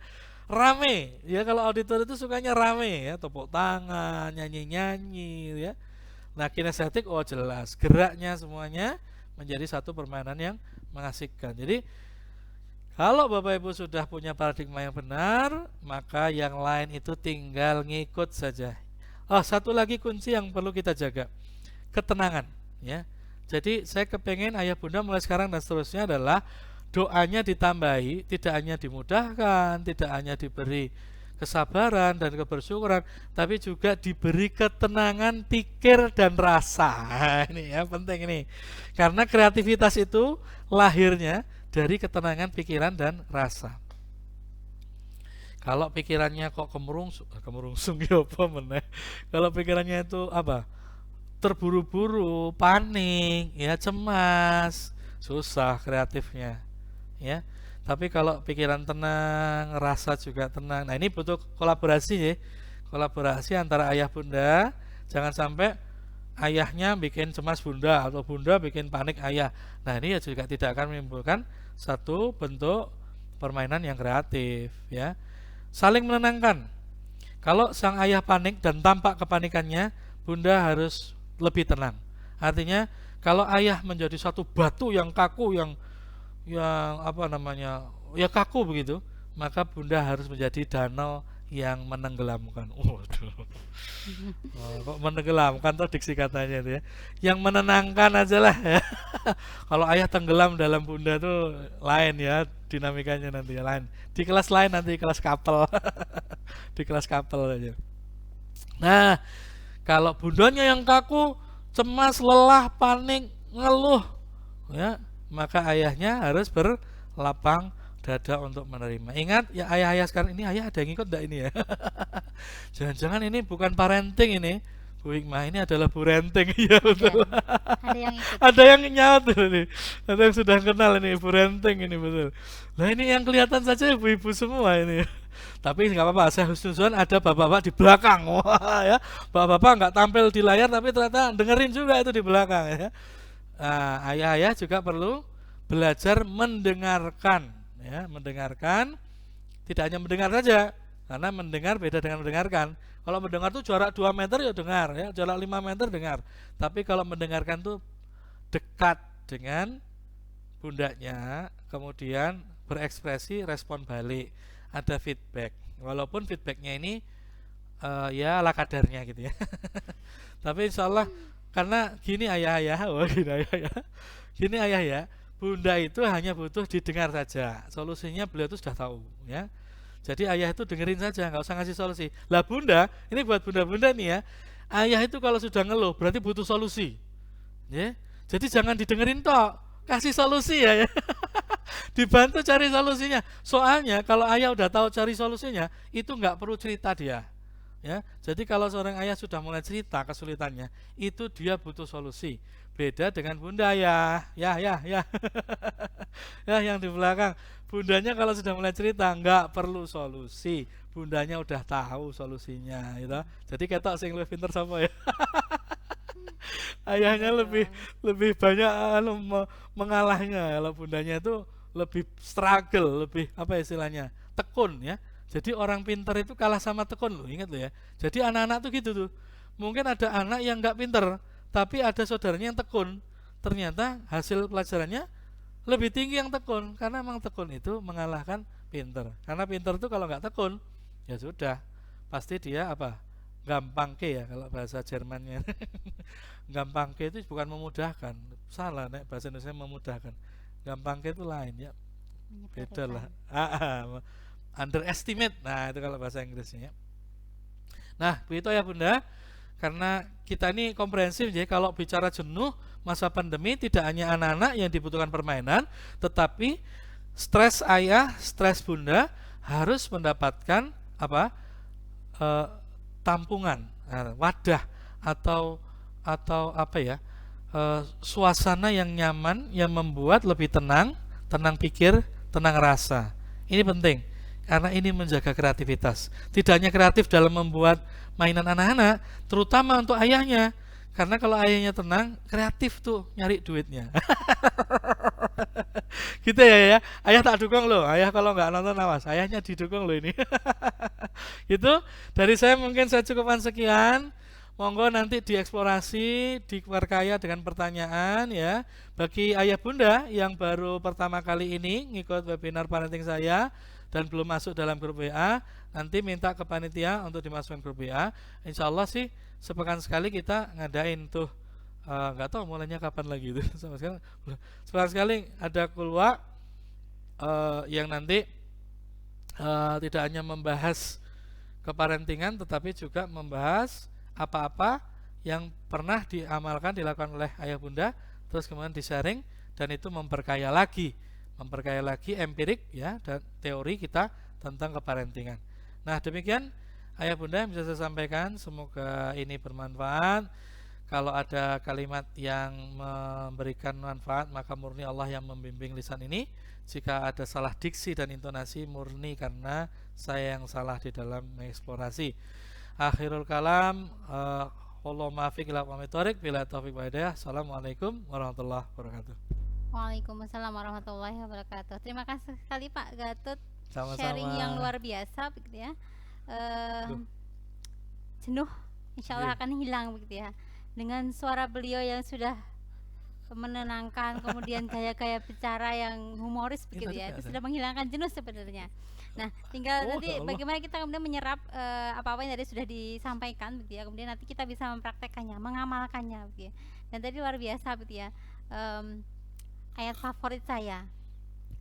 Jadi surat Al-Insyirah begitu ya. Inna ma'al usri yusra fa inna ma'al usri yusra gitu ya. Dan di situ Allah mengatakan beserta kesulitan ada kemudahan gitu ya. Dan tadi perihal jenuh begitu ya. Tadi Pak Gatot sudah memberikan 3 tips plus 1. Jadi 3 tips sebenarnya, tapi kemudian plus 1 gitu ya. Jadi semuanya mulai dari mindset kita gitu ya, agar lebih tertata, lebih baik begitu ya, sehingga nanti kita bisa menjalankan atau melakukan tips-tips yang selanjutnya. Dan jujur saja ini Pak Gatot, saya termasuk orang yang cukup menikmati masa pandemi ini. Bukan berarti saya tidak bukan berarti saya suka gitu ya dengan pandeminya, tapi saya menikmati karena dengan begini saya banyak di rumah, bisa mengatur waktu lebih baik begitu ya. Dan saya rasakan untuk kesehatan memang luar biasa, tidak terlalu capek seperti dulu. Ya dulu pagi harus keluar ya untuk bekerja, terus melepas anak-anak sekolah, nanti pulang semua dalam kondisi lelah, dan itu saat ini sangat terasa bedanya. Dan alhamdulillah saya bisa menikmati itu gitu ya di rumah. Jadi kaum rebahan mungkin kata orang-orang gitu ya. Tapi tidak kemudian kita bermalas-malasan ya, tapi tetap kita produktif. Jadi saya punya banyak waktu untuk membaca gitu ya. Yang kalau mungkin malas-malasan tuh mager, Bu. Iya, betul, mager. Hal yang mungkin dulu tidak punya banyak waktu untuk membaca, sekarang bisa banyak membaca begitu dengan meskipun yang dibaca tetap banyak dari gadget ya, karena kita kan sekarang apa-apa dengan gadget ya, banyak artikel yang kita bisa baca dari situ. Yang penting bukan baca hal-hal yang tidak manfaat gitu ya, hanya hoax belaka, bukan ya. Nah, baik ayah bunda, tadi sudah pemaparan yang luar biasa. Tentunya ayah bunda juga ingin menyambutnya dengan berbagai sharing juga gitu ya. Jadi gayung bersambut begitu ya. Sudah ada pemaparan, tentunya ayah bunda juga mungkin akan menyampaikan sharingnya, atau mungkin pertanyaan-pertanyaan dari apa-apa yang disampaikan dan belum jelas. Saya berikan kesempatan bagi ayah bunda yang mau bertanya, silahkan di chat di link yang sudah ada terbuka, silahkan melalui Zoom gitu ya, untuk chat di situ memberikan pertanyaan-pertanyaannya. Namun sebelumnya, sambil kita menunggu pertanyaan dari ayah bunda masuk, kita akan lihat satu yang lewat ini, iklan yang lewat ini gitu ya. Iklan dari TKIT Al Khairat dan juga nanti dari Gudang Zakat Al Khairat. Terima kasih. Assalamualaikum. Namaku Hakila. Namaku Naira. Sekolah di TKIT Al Khairat. Kelasku pena-pena. Enak loh sekolah di TKIT Al Khairat. Saya terganggu awal tadi, saya terganggu. Sama kita. Saya terganggu. Ayo. Suara saya juga. Dengan suara saya. PBKB TKIT Al Khairat dikelola di bawah Yayasan Pendidikan Dakwah Sosial Al Khairat Yogyakarta. Yayasan ini merupakan lembaga yang bergerak di bidang dakwah keagamaan, pendidikan, dan sosial dengan fokus memotivasi anak-anak usia sekolah untuk maju dan mandiri. Yayasan Pendidikan Dakwah Sosial atau YPDS Al Khairat didirikan di Yogyakarta pada bulan Februari tahun 1999. Sedangkan TKIT Al-Khairat berdiri pada tahun 2000 yang kemudian disusul tahun 2001 mendirikan kelompok bermain anak. Awal mulanya TK ini berdiri menempati rumah ketua yayasan. Setelah tahun 2001, berhasil membeli tanah dan menempati bangunan yang sampai sekarang ini menjadi lokasi TBKB TKIT Al-Khairat.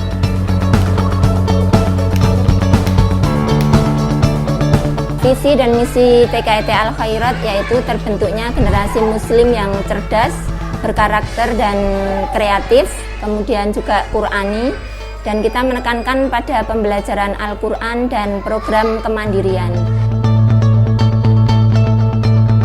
TKIT Al-Khairat menggunakan sistem pendidikan dengan memadukan kurikulum dinas yaitu kurikulum 13, dan kemudian kita juga menggunakan sistem pendidikan Islam terpadu yang di situ kita memadukan ilmu kauniyah dan kauliyah biar anak-anak bisa menjadi generasi yang Qur'ani.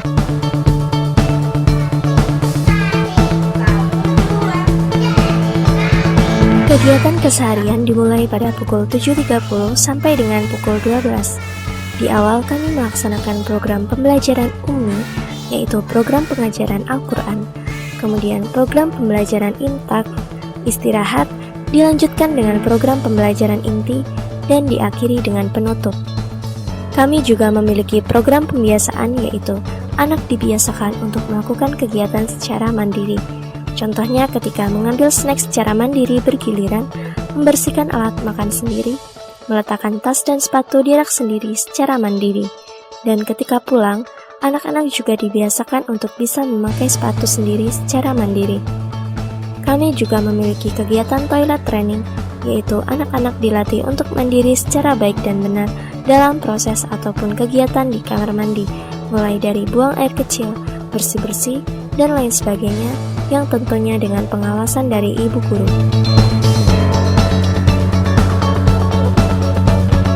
Prestasi dari TKIT Al-Khairat, kita juga sering mengikuti ajang lomba yang diadakan oleh berbagai pihak, baik dari tingkat kecamatan, kabupaten maupun DIY. Baru saja di tahun 2019 ini kita mendapatkan kejuaraan juara 1 Lomba Tahfiz Jogja Kids Festival. Kemudian setelah itu kemarin kita juga mendapatkan juara 3 Lomba MHQ yang diadakan di Open House SD Muhammadiyah Suronatan. Ada beberapa lagi piala yang sudah terpampang di sini yang mungkin tidak bisa kita sebutkan satu persatu.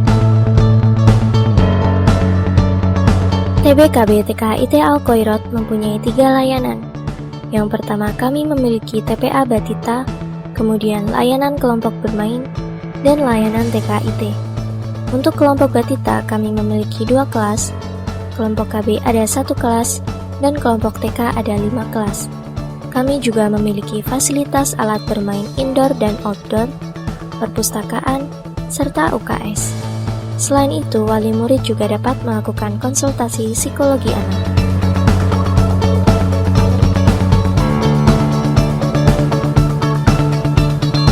Kalau TKIT Al-Khairat itu bagus, saya di rumah lebih mudah mengkondisikan karena pelajaran di sekolahan dengan di rumah itu bisa bersinergi gitu loh. Misalnya sholat 5 waktu, memang di rumah juga orang tua harus mengingatkan, tapi kan di sekolah itu sudah dikondisikan, jadi di rumah itu lebih mudah bersinergi dan untuk mengkondisikan.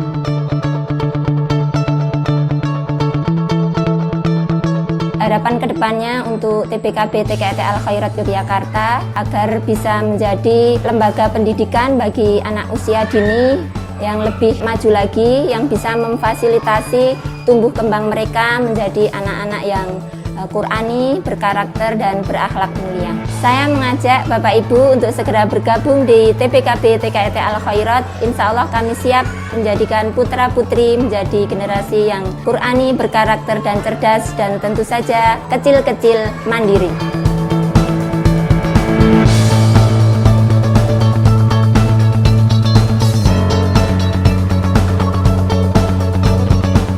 Anak adalah anugerah terindah dari Allah Subhanahu wa Ta'ala. Mari kita dampingi dengan penuh kasih sayang dan pendidikan terbaik. Bersama TBK BTK IT Al Khairat, labbaik, yes yes, Allahu Akbar.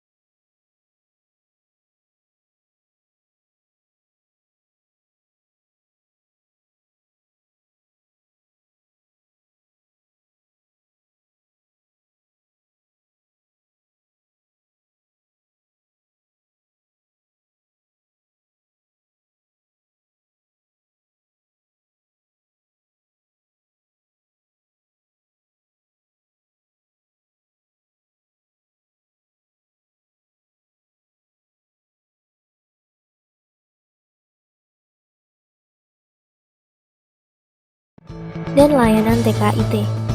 Untuk kelompok Batita, kami memiliki 2 kelas, kelompok KB ada 1 kelas, dan kelompok TK ada 5 kelas. Kami juga memiliki fasilitas alat bermain indoor dan outdoor.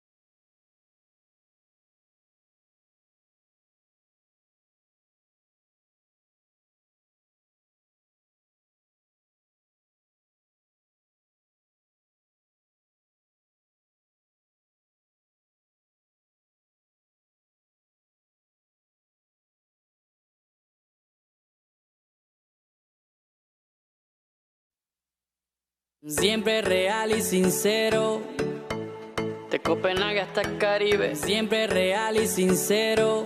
Oh, yeah. Dímelo. Say I never settle for less, so triple down on positivity. Dark clouds, my eyes on the prize, so I pay them no mind, and always giving my best. Say I gotta get up and get on my way, leave the negativity way behind me. Say I never settle for less. Sometimes it seems that we gotta lose it all before we can see that nothing lasts forever. Risk it all for love. Love is from above, and all my life is for you. So I'ma live it up. Siempre real y sincero, y sincera es la música. I'ma live it up. Con amor verdadero, vamos pa'lante. Yes, sir. Have you ever been in doubt, trying so hard to figure it out? I've spent many days lost in myself, drowned in this world, had to reset. I never ever go back to that again. Say I gotta get up and get on my way, leave the negativity way behind me. Say I'll never settle for less. Sometimes it seems that we gotta lose it all before we can see that nothing lasts forever. Risk it all for love. Love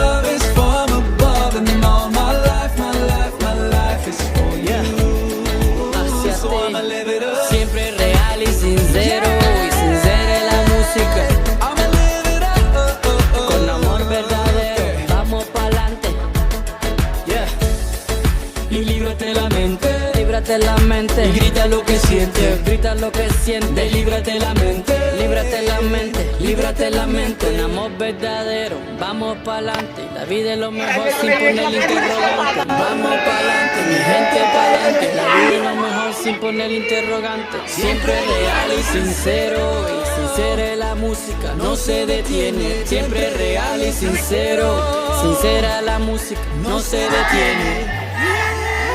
Sometimes it seems that we just gotta lose it all before we can see that nothing lasts forever. Still forever. Love is from above, and all my life is for you. Hacia ti, siempre real y sincera es la música. Con amor verdadero, vamos pa'lante. Y líbrate la mente, y grita lo que sientes, grita lo que sientes. Líbrate la mente, líbrate la mente, líbrate la mente.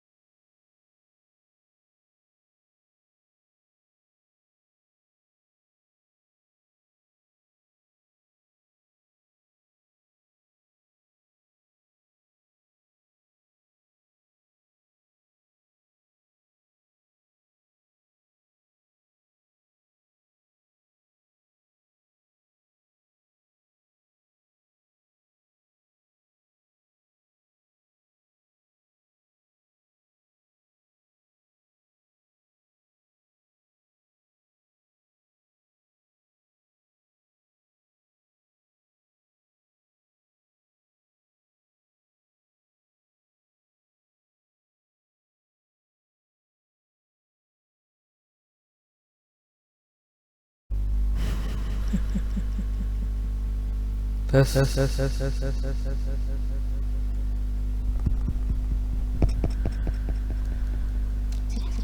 Baik, ayah bunda, kelan-kelan sudah lewat tadi kita bukan hanya dari TKI Al-Khairat, melainkan juga dari SDIC Al-Khairat, sekolah Al-Quran terbaik yang merupakan satu naungan di Yayasan Al-Khairat, dan sebenarnya masih banyak lagi sekolah-sekolah yang lain. Ada SMP Al-Khairat, kemudian ada PAUD Al-Khairat, dan juga TK Al-Khairat sendiri ada di Warung Boto dan juga ada di Tegal. Dan tentunya tidak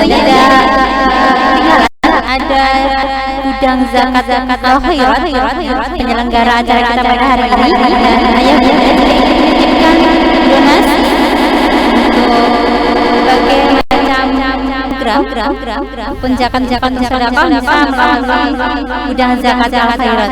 Bisa melalui nomor rekening yang tertera pada layar ataupun datang langsung di Jalan Veteran Gang Madukoro, tepatnya di nomor 786C ya, di Warung Boto. Baik, ayah bunda, kita kembali ke pembahasan kita hari ini tentang jenuh ya, semoga tidak jenuh. Membahas jenuh tapi semoga tidak jenuh. Jenuh sebagai bom waktu ya, yang bisa meledak kapanpun, atau mungkin bahasa di psikologi lebih terkenal dengan gunung es begitu ya Pak Gadot ya. Ya, betul. Gunung es yang kelihatannya hanya sedikit tapi ternyata di dalam luar biasa, seperti dulu bongkahan es, gunung es yang ditabrak oleh kapal Titanic begitu ya, kemudian akhirnya menenggelamkan kapal itu hanya dalam waktu beberapa jam saja. Ya. Baik, ke pertanyaan begitu ya. Tadi saya sudah membuka pertanyaan untuk ayah bunda sekalian, bisa share di sini baik pertanyaan maupun curahan hati begitu ya. Curahan hati curcol ya, karena kita online begitu ya, curcol, untuk bisa di-share di sini. Baik, kita ke pertanyaan pertama ya Pak Gadot ya. Oke, silakan.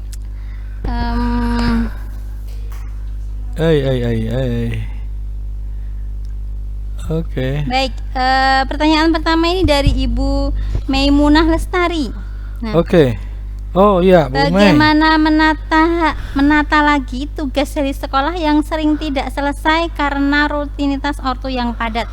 Nah, sepertinya anaknya harus daring, orang tuanya karena juga harus bekerja begitu ya. Jadi Ya. aktivitas padat dan biasanya ortu tidak punya punya keinginan tugas harus selesai, padahal pendampingannya belum maksimal. Ini dilema kita semua ya. Iya. Orang tua bekerja, mereka harus mendampingi dan mereka juga harus menyelesaikan tugas-tugas mereka. Mereka menuntut untuk anaknya menyelesaikan tugasnya ini, padahal anaknya mungkin tidak hanya satu gitu ya, bisa 2, 3 atau Ya. mungkin bahkan lebih. Nanti dia juga harus menyelesaikan tugas-tugasnya, tugas di luar rumah ataupun tugas-tugas domestik yang ada di dalam rumah. Nah, monggo Pak Kadut, Ya. mungkin solusi begitu ya untuk Bu Mei ini. Ya, pertama adalah orientasi ya. Orientasi penyelesaian tugas itu memang harus ditanamkan berangsur-angsur tentunya, dan ini nggak masalah kalau misalnya di awal mungkin masih beradaptasi dengan kondisi daring, dan itu harus kayak anak kuliah kan. Jadi kalau saya lihat sekarang memang pendidikan tuh jadi kayak universitas terbuka gitu ya. Jadi benar-benar harus ada inisiatif, dan ini kan anak-anak kita memang belum beradaptasi dengan gaya daring seperti ini. Artinya tugas itu diberikan, terus kemudian harus ada inisiatif untuk mengerjakan, ketahanan dalam ketahanan di dalam belajar ya. Jadi orientasi pertama, orientasi kita sebagai orang tua perlu menurunkan standar idealnya. Tentunya ini dikomunikasikan dengan pihak sekolah ya. Saya yakin pihak sekolah juga akan membuat jalan tengah gitu ya, bagaimana agar pencapaian masing-masing anak kita itu tercapai dengan kondisi-kondisi spesial dalam tanda petik selama pandemi ini ya. Karena kan sekarang kan yang menjadi kunci dari peningkatan skill anak kita itu tidak hanya guru-gurunya, tetapi juga kita sebagai orang tua. Nah, ini kan berarti perlu dialog, perlu komunikasi untuk mengambil jalan tengah agar orientasi penyelesaian tugas itu disesuaikan dengan kondisi atau faktor-faktor yang menyertainya gitu ya. Kita harus deteksi dulu faktor-faktornya apa saja. Kan bisa jadi karena kesibukan orang tua. Itu kan perlu negosiasi. Kalau memang sibuk, berapa jam waktu yang perlu diluangkan? Perlu ada ini ya, karena kan kita juga bisa meluangkan waktu-waktu yang mungkin menurut kita darurat, tapi itu termasuk yang tidak masuk di dalam waktu-waktu penting kan gitu ya. Ya non sewu contohnya kalau BAB gitu ya. Kita saja bisa meluangkan waktu BAB. Berarti kita bisa meluangkan waktu untuk yang halal yang lebih banyak manfaatnya. Maka pertama orientasinya disesuaikan Bu Mei ya. Ini sudah dialog lama, ini sudah japrian sama saya nih Bu Mei ini ya. Termasuk yang terakhir japrian itu saya jawab ya gitu, bisa ya. Jadi orientasinya diturunkan, artinya pencapaiannya seperti apa, kondisi anaknya perlu diceritakan ya, di rumah seperti apa, terus bagaimana frekuensi kita mendampingi, itu harus dikomunikasikan dengan guru, dan anak-anak juga harus tahu ya. Harus tahu apa? Bukan tahu komunikasi kita dengan sekolah, harus tahu bagaimana beradaptasi menyikapi kondisi pandemi ya. Otomatis apresiasi kita perlu lebih besar untuk membesarkan hatinya gitu ya, karena ini kan kondisi spesial ini. Jangankan anak-anak, kita sendiri butuh ketenangan, butuh penyikapan, butuh adaptasi ya, yang sudah dewasa seperti kita, apalagi anak-anak. Maka segala hal perlu ditata ulang, dikomunikasikan, orientasinya perlu disesuaikan dengan keadaan, gitu ya. Wallahualam bishawab, gitu Bu Mei, Bu Hikmah. Ya, terima kasih Pak Gadut Yeah. jawabannya. Dan kemudian ini selanjutnya dari siapa ya? Yang ini. Dari Bu siapa? Assalamualaikum. Wah, asik sekali rasanya jika bisa melakukan berbagai aktivitas yang telah disampaikan Coach Gatot gitu ya. Aktivitas yang tadi ya, memfasilitasi 3 modalitas tadi, ada visual, auditori, dan kinestetik gitu ya. Namun bagaimana jika orang tua itu rutinitas harian masih tetap mobile atau masih WFO ya, work from office. Dan juga mungkin bukan hanya yang WFO ya, bukan di office, tapi yang mungkin maaf di jalanan begitu ya, mereka harus mobile mereka mungkin pedagang, mungkin di sarana transportasi gitu ya. Bagaimana menyiasati pendampingannya agar tidak jenuh karena orang tua hanya memiliki waktu yang sedikit. Mungkin pengennya tetap bisa bermain, tapi waktu yang dimiliki terbatas gitu. Ini gimana ini Pak Gatot solusinya mungkin? Ya, menarik ini. Karena ada orang tua yang malah pengen ninggalin cuman mainannya, dia pergi gitu. Ini malah kepengennya nggak keluar di dalam. Nah, ini namanya, kalau orang Jepang namanya ini Wang Sinawang. Nggak, ini Jawa ya, Wang Sinawang. Jadi memang begitu. Pertama, untuk yang merasa yang memang kesibukannya masih di luar, WFO ya, work from office, maka kita buatkan apa istilahnya, bahan-bahan permainan gitu ya, tugas-tugas yang menyenangkan ya. Otomatis jangan menggunakan diksi kata tugas ya. Kalau menyenangkan tuh ya jangan tugas itu berat. Jadi jangan kamu yang mau menjalankan tugas, biar saya saja. Kayak ini film Dilan aja ya. Jadi berikan permainan-permainan amanah misalnya. Kayaknya dulu di sini ada tuh yang ngetren tuh permainan minimarket mini di rumah itu ya. Siapa yang melakukannya itu? Jadi di rumah tuh ada snack. Snack harga 1.000. Ini minuman harga sekian. Nah, itu nanti anak-anak tuh membayar sendiri uangnya. Ya. Kayaknya ngetren di sini apa di SMP, di SD ya. Itu market kayak itu. Enggak langsung. Ya boleh voucher, uang kertas, nanti akan kejujurannya itu akan mendapatkan di SD bintang atau apalah reward gitu ya. Itu juga bisa, artinya sambil ditinggal maka tinjauannya nanti setelah pulang dicek apakah jumlah makanan yang tersisa dengan jumlah uangan atau uang beneran yang terkumpul itu sama. Ini juga pastinya akan menjadi suatu kreativitas sendiri. Sehingga pada prinsipnya adalah perlu memang ada komunikasi lebih dulu nih, karena kan ayah bundanya kerja sedangkan mereka libur. Saya sebetulnya sedikit yakin bahwa anak-anak tuh senang tuh ditinggal di rumah.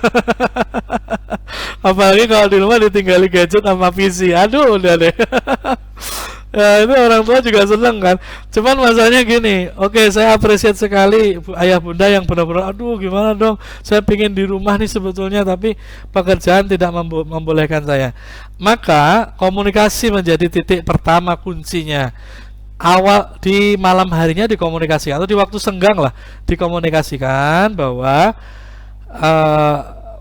permohonan maaf kita perlu dinarasikan gitu ya, bahwa ini ayah bunda benar-benar sangat ingin mendampingi kalian bermain di rumah, dan itu dibuktikan nanti di akhir pekan loh ya.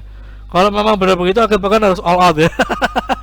Jangan sekarang ngomongnya pas di weekdays, ternyata weekendnya sama aja, kerja lagi ya. Itu berarti apa? Cuma nanya di sini aja tuh.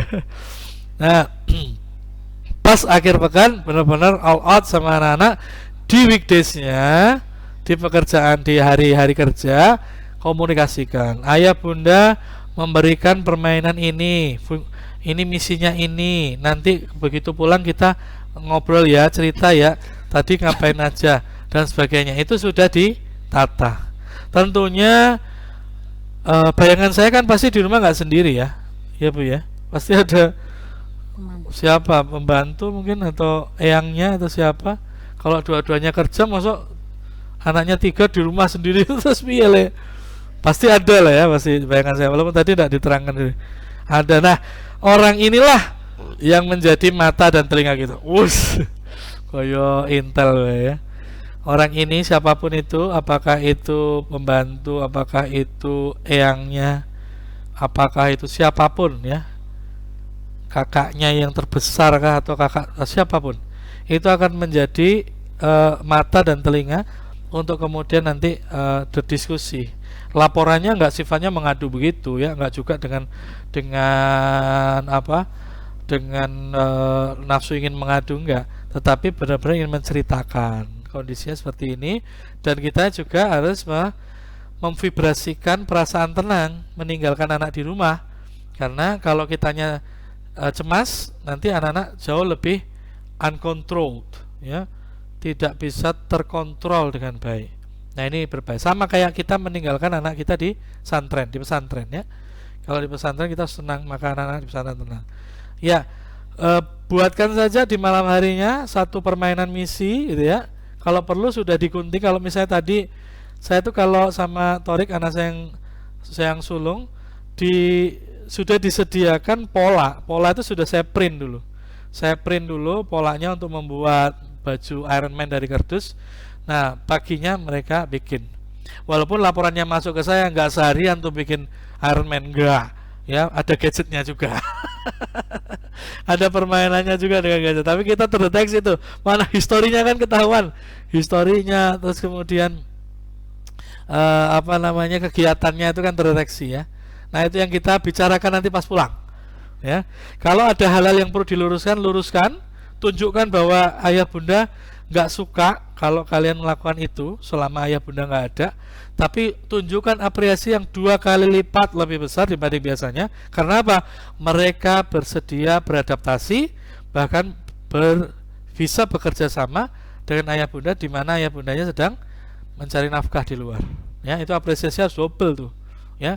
Penghargaannya juga harus kembar, double ya, karena ini beda dengan masa-masa biasa. Demikian Bu. Ibu siapa Bu? Tidak menyebut. Ya, demikian Ibu. Wallahu a'lam bishawab. Baik, terima kasih Pak Gadot. Jadi waktu yang mungkin sedikit begitu tapi bermakna, berkesan sehingga kesan pertama begitu menggoda, selanjutnya terserah Anda. Aduh, ini angkatan lama ini. Baik, ini iklan karena lama kita sekali. sejaman gitu ya. Iya, sejaman kayaknya kita. Baik, pertanyaan selanjutnya Pak Gadot, ini sepertinya tadi dengan kata Dilan jenengan tadi, terus kemudian ada yang terinspirasi. Ya. Bagaimana membangkitkan kembali orang tua yang sudah terlanjur dilanda kejenuhan? Nah, dilanda kejenuhan.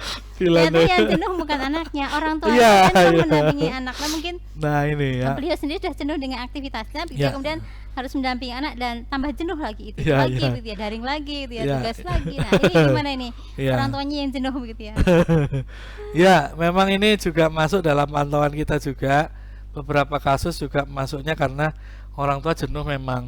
Nah, kejenuhan itu seperti tadi yang saya sampaikan di awal, pasti karena monotonitas, pasti karena ada rutinitas yang itu tidak menimbulkan makna. Jadi gini, makna itu kan munculnya tidak hanya kita memberi makna kepada anak-anak, ke anak-anak gitu ya. Apa sih maknanya kamu bermain monopoli? Apa sih maknanya kamu bermain membaca peta harta karun? Gak cuma itu kan, tetapi pas saat sedang dua-duaan, wow ini Dilan banget kalau ini. Pas sedang dua-duaan, ayah sama bunda sedang berdua-duaan, itulah saatnya saling memberi makna. Bagaimana maknanya ketika ayah tadi mencari nafkah sampai sore, sampai malam? Apa maknanya kelelahan bunda selama ini? Itu kan banyak hal bisa dipertukarkan. Banyak hal bisa kemudian melahirkan ekspektasi untuk keesokan harinya. Ya ayyuhalladzina amanu tanzur wala tanzur nafsum ma qaddamat lighad ya. Ya ayyuhalladzina amanu taqullaha wal tanzur nafsum ma qaddamat lighad. Jadi rencanakan apa esokan harinya, tapi dengan makna hari ini. Apa maknanya ini? Wah, kita kayaknya perlu lebih dekat pada Allah. Wah, kayaknya anak kita ini benar-benar amanah yang benar-benar harus kita perhatikan. Wah, ini benar-benar. Jadi kembali lagi memaknai, tidak hanya mungkin orientasi dari awal nikah sebelum punya anak ya, tapi juga makna ke depannya. Kira-kira rencananya mau apa? Apa sih yang terjadi hari ini? Apa sih yang kemudian menyebabkan anak kita misalnya susah dikontrol, atau kok anak kita jadi pendiam, kok anak itu ada evaluasi, ada dinamika yang kita sengajakan dibicarakan bersama untuk menarik satu makna sehingga kegiatan itu tidak rutin, jenuhnya panjenengan itu semua kan karena rutin ya, sehari-hari gitu. Ketika seseorang itu walaupun dia duduk di depan laptop itu ya, di depan laptop duduknya, tetapi dia melakukan kegiatan yang tidak rutin. Kegiatannya rutin, membaca misalnya, atau belajar dari tutorial, atau menangkap satu pelajaran dari YouTube. Tetapi kan nggak sama pelajarannya tiap hari.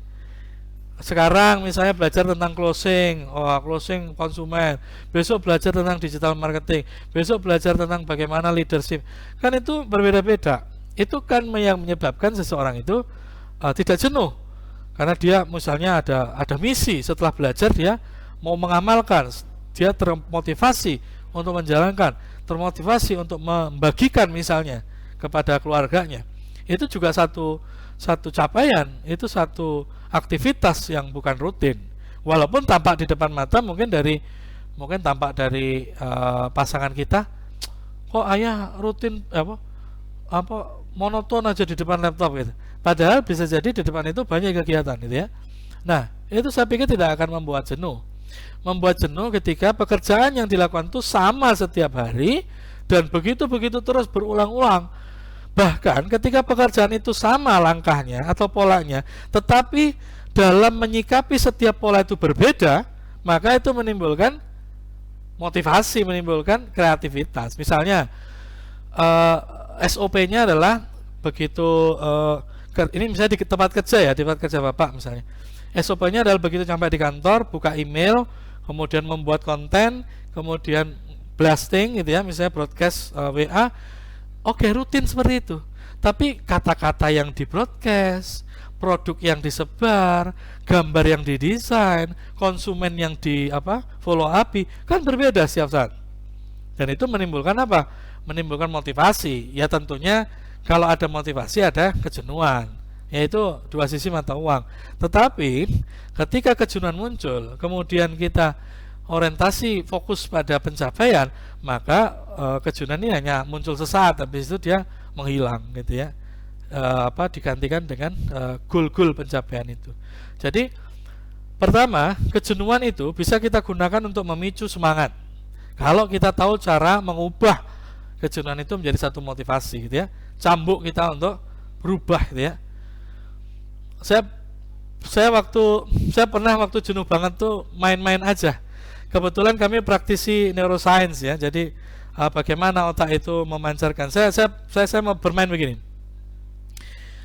Coba saya tarik mobil favorit saya, yaitu CR-V Prestige Honda. Honda CR-V Prestige, spesifik banget ya. Ini karena permainan ini. Kalau cuma Honda CR-V banyak yang seri-seri lama ya. Tapi ini permainannya adalah Honda CR-V Prestige, ya, putih warnanya. Itu fokus ke sana, begitu keluar dari rumah terbukti setiap saat ngelihat ada Honda Prestige lewat. Makin hari besoknya makin banyak lagi, dihitung gitu ya. Nambah. Nah, ini kita memainkan kekuatan law of attraction kita mulai meningkat ya. Bisa kita gunakan untuk menarik hal lain. Ini permainan aja. Artinya bahkan ketika kita benar-benar jenuh, kita bisa melakukan permainan yang sifatnya self entertain gitu ya, bermain imajinatif, kemudian membayangkan impian-impian kita, bagaimana ketika pandemi berakhir kita mau kemana, bagaimana, atau mengingat masa-masa kejayaan masa lalu yang pernah prestasi kita masa lalu gitu ya, bagaimana kita traveling, bagaimana kita mendapatkan pekerjaan, bagaimana mendapatkan bonus di awal dan sebagainya. Itu bisa juga membantu kita menghilangkan kejenuhan. Banyak hal. Namun kalau kita sudah dilandasi oleh keluhan, tadi itu mindset ya kalau keluhan mindsetnya adalah mindset yang fokus hanya pada ketiadaan atau kekurangan, maka yang muncul adalah keluh. Kalau sudah muncul keluh, maka sulit kita untuk bersyukur. Padahal kebersyukuran itulah yang menyebabkan muncul ketenangan, dan ketenangan yang memunculkan kreativitas. Demikian Bapak, jadi Bapak apa Ibu tadi? Demikian Ibu, Bunda, Ayah juga di mana berada. Kalau mulai jenuh menghampiri, maka saatnya untuk membangun impian lebih besar, satu. Yang kedua, memaknai perjalanan hidup kita.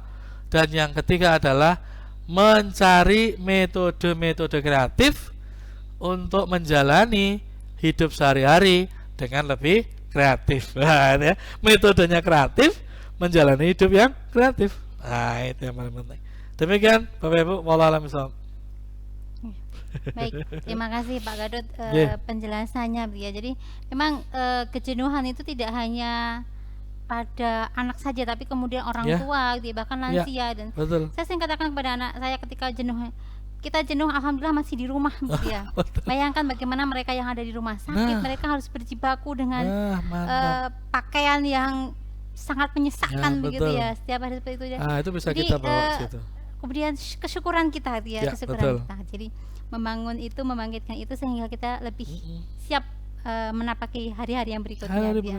Jadi jenuh itu berat. Mantap. Kamu nggak akan sanggup. Iya, biar kita yang ya. Dilan. Saya juga tidak mau, tapi yuk kita move on aja gitu kan. Gitu.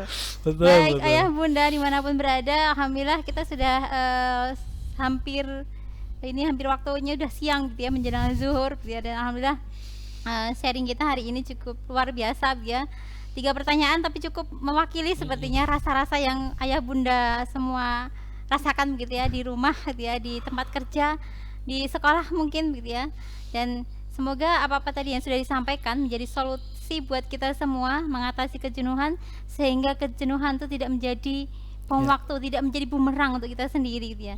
Dan harapannya dengan kita bisa lebih kreatif ya menata hari-hari kita bisa mendapatkan impian kita, harapan kita yang sudah kita tanamkan gitu ya di hari-hari yang akan datang. Amin. Baik Ayah Bunda sekalian, sampai di penghujung acara kita hari ini ya.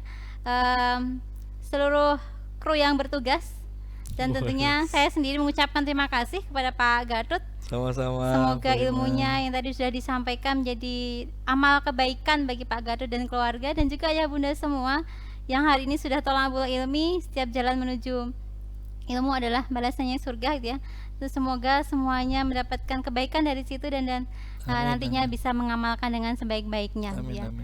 Baik Ayah Bunda, saya rasa cukup untuk kita bertolabul ilmi hari ini. Saatnya kita berbenah diri, kita amalkan semuanya sehingga kita menjadi lebih baik. Amin. Saya Hikmah Fikriah Hanif dan juga kru yang bertugas mohon maaf atas segala kehilafan. Terima kasih atas partisipasi dan kerjasamanya.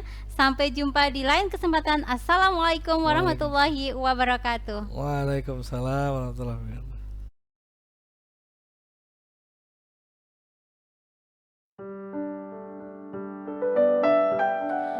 Ibnu Qayyim rahimahullah berkata, sedekah di hari Jumat dibandingkan dengan sedekah di hari lain adalah seperti sedekah di bulan Ramadan dibandingkan sedekah di bulan-bulan lainnya.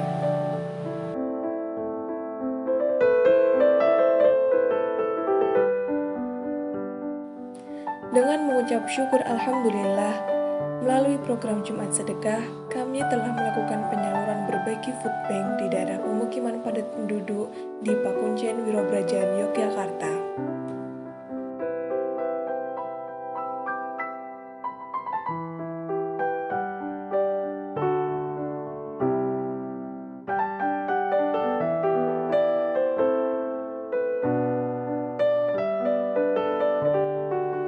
Di mana di daerah tersebut terdapat banyak lansia, disabilitas, dan balita yang membutuhkan asupan gizi yang cukup. Terlebih kita semua masih di tengah pandemi COVID-19 yang harus selalu menjaga imunitas agar tubuh tidak lemah.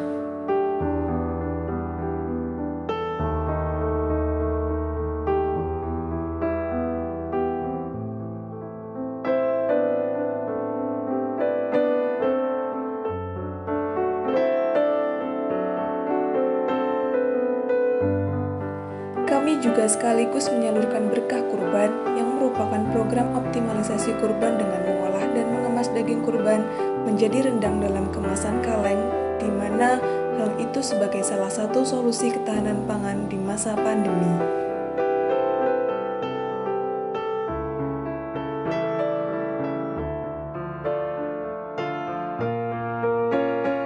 Dengan tetap mematuhi protokol kesehatan, kami berupaya dari rumah ke rumah menyalurkan program Jumat Sedekah tersebut.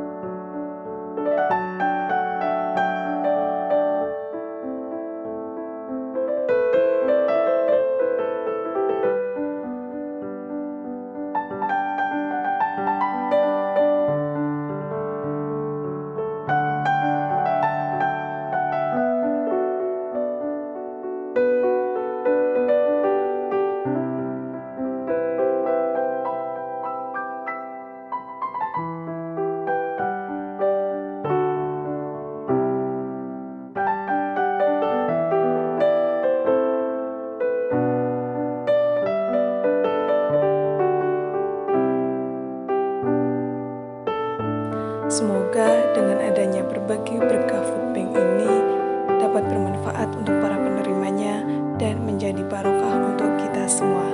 Amin.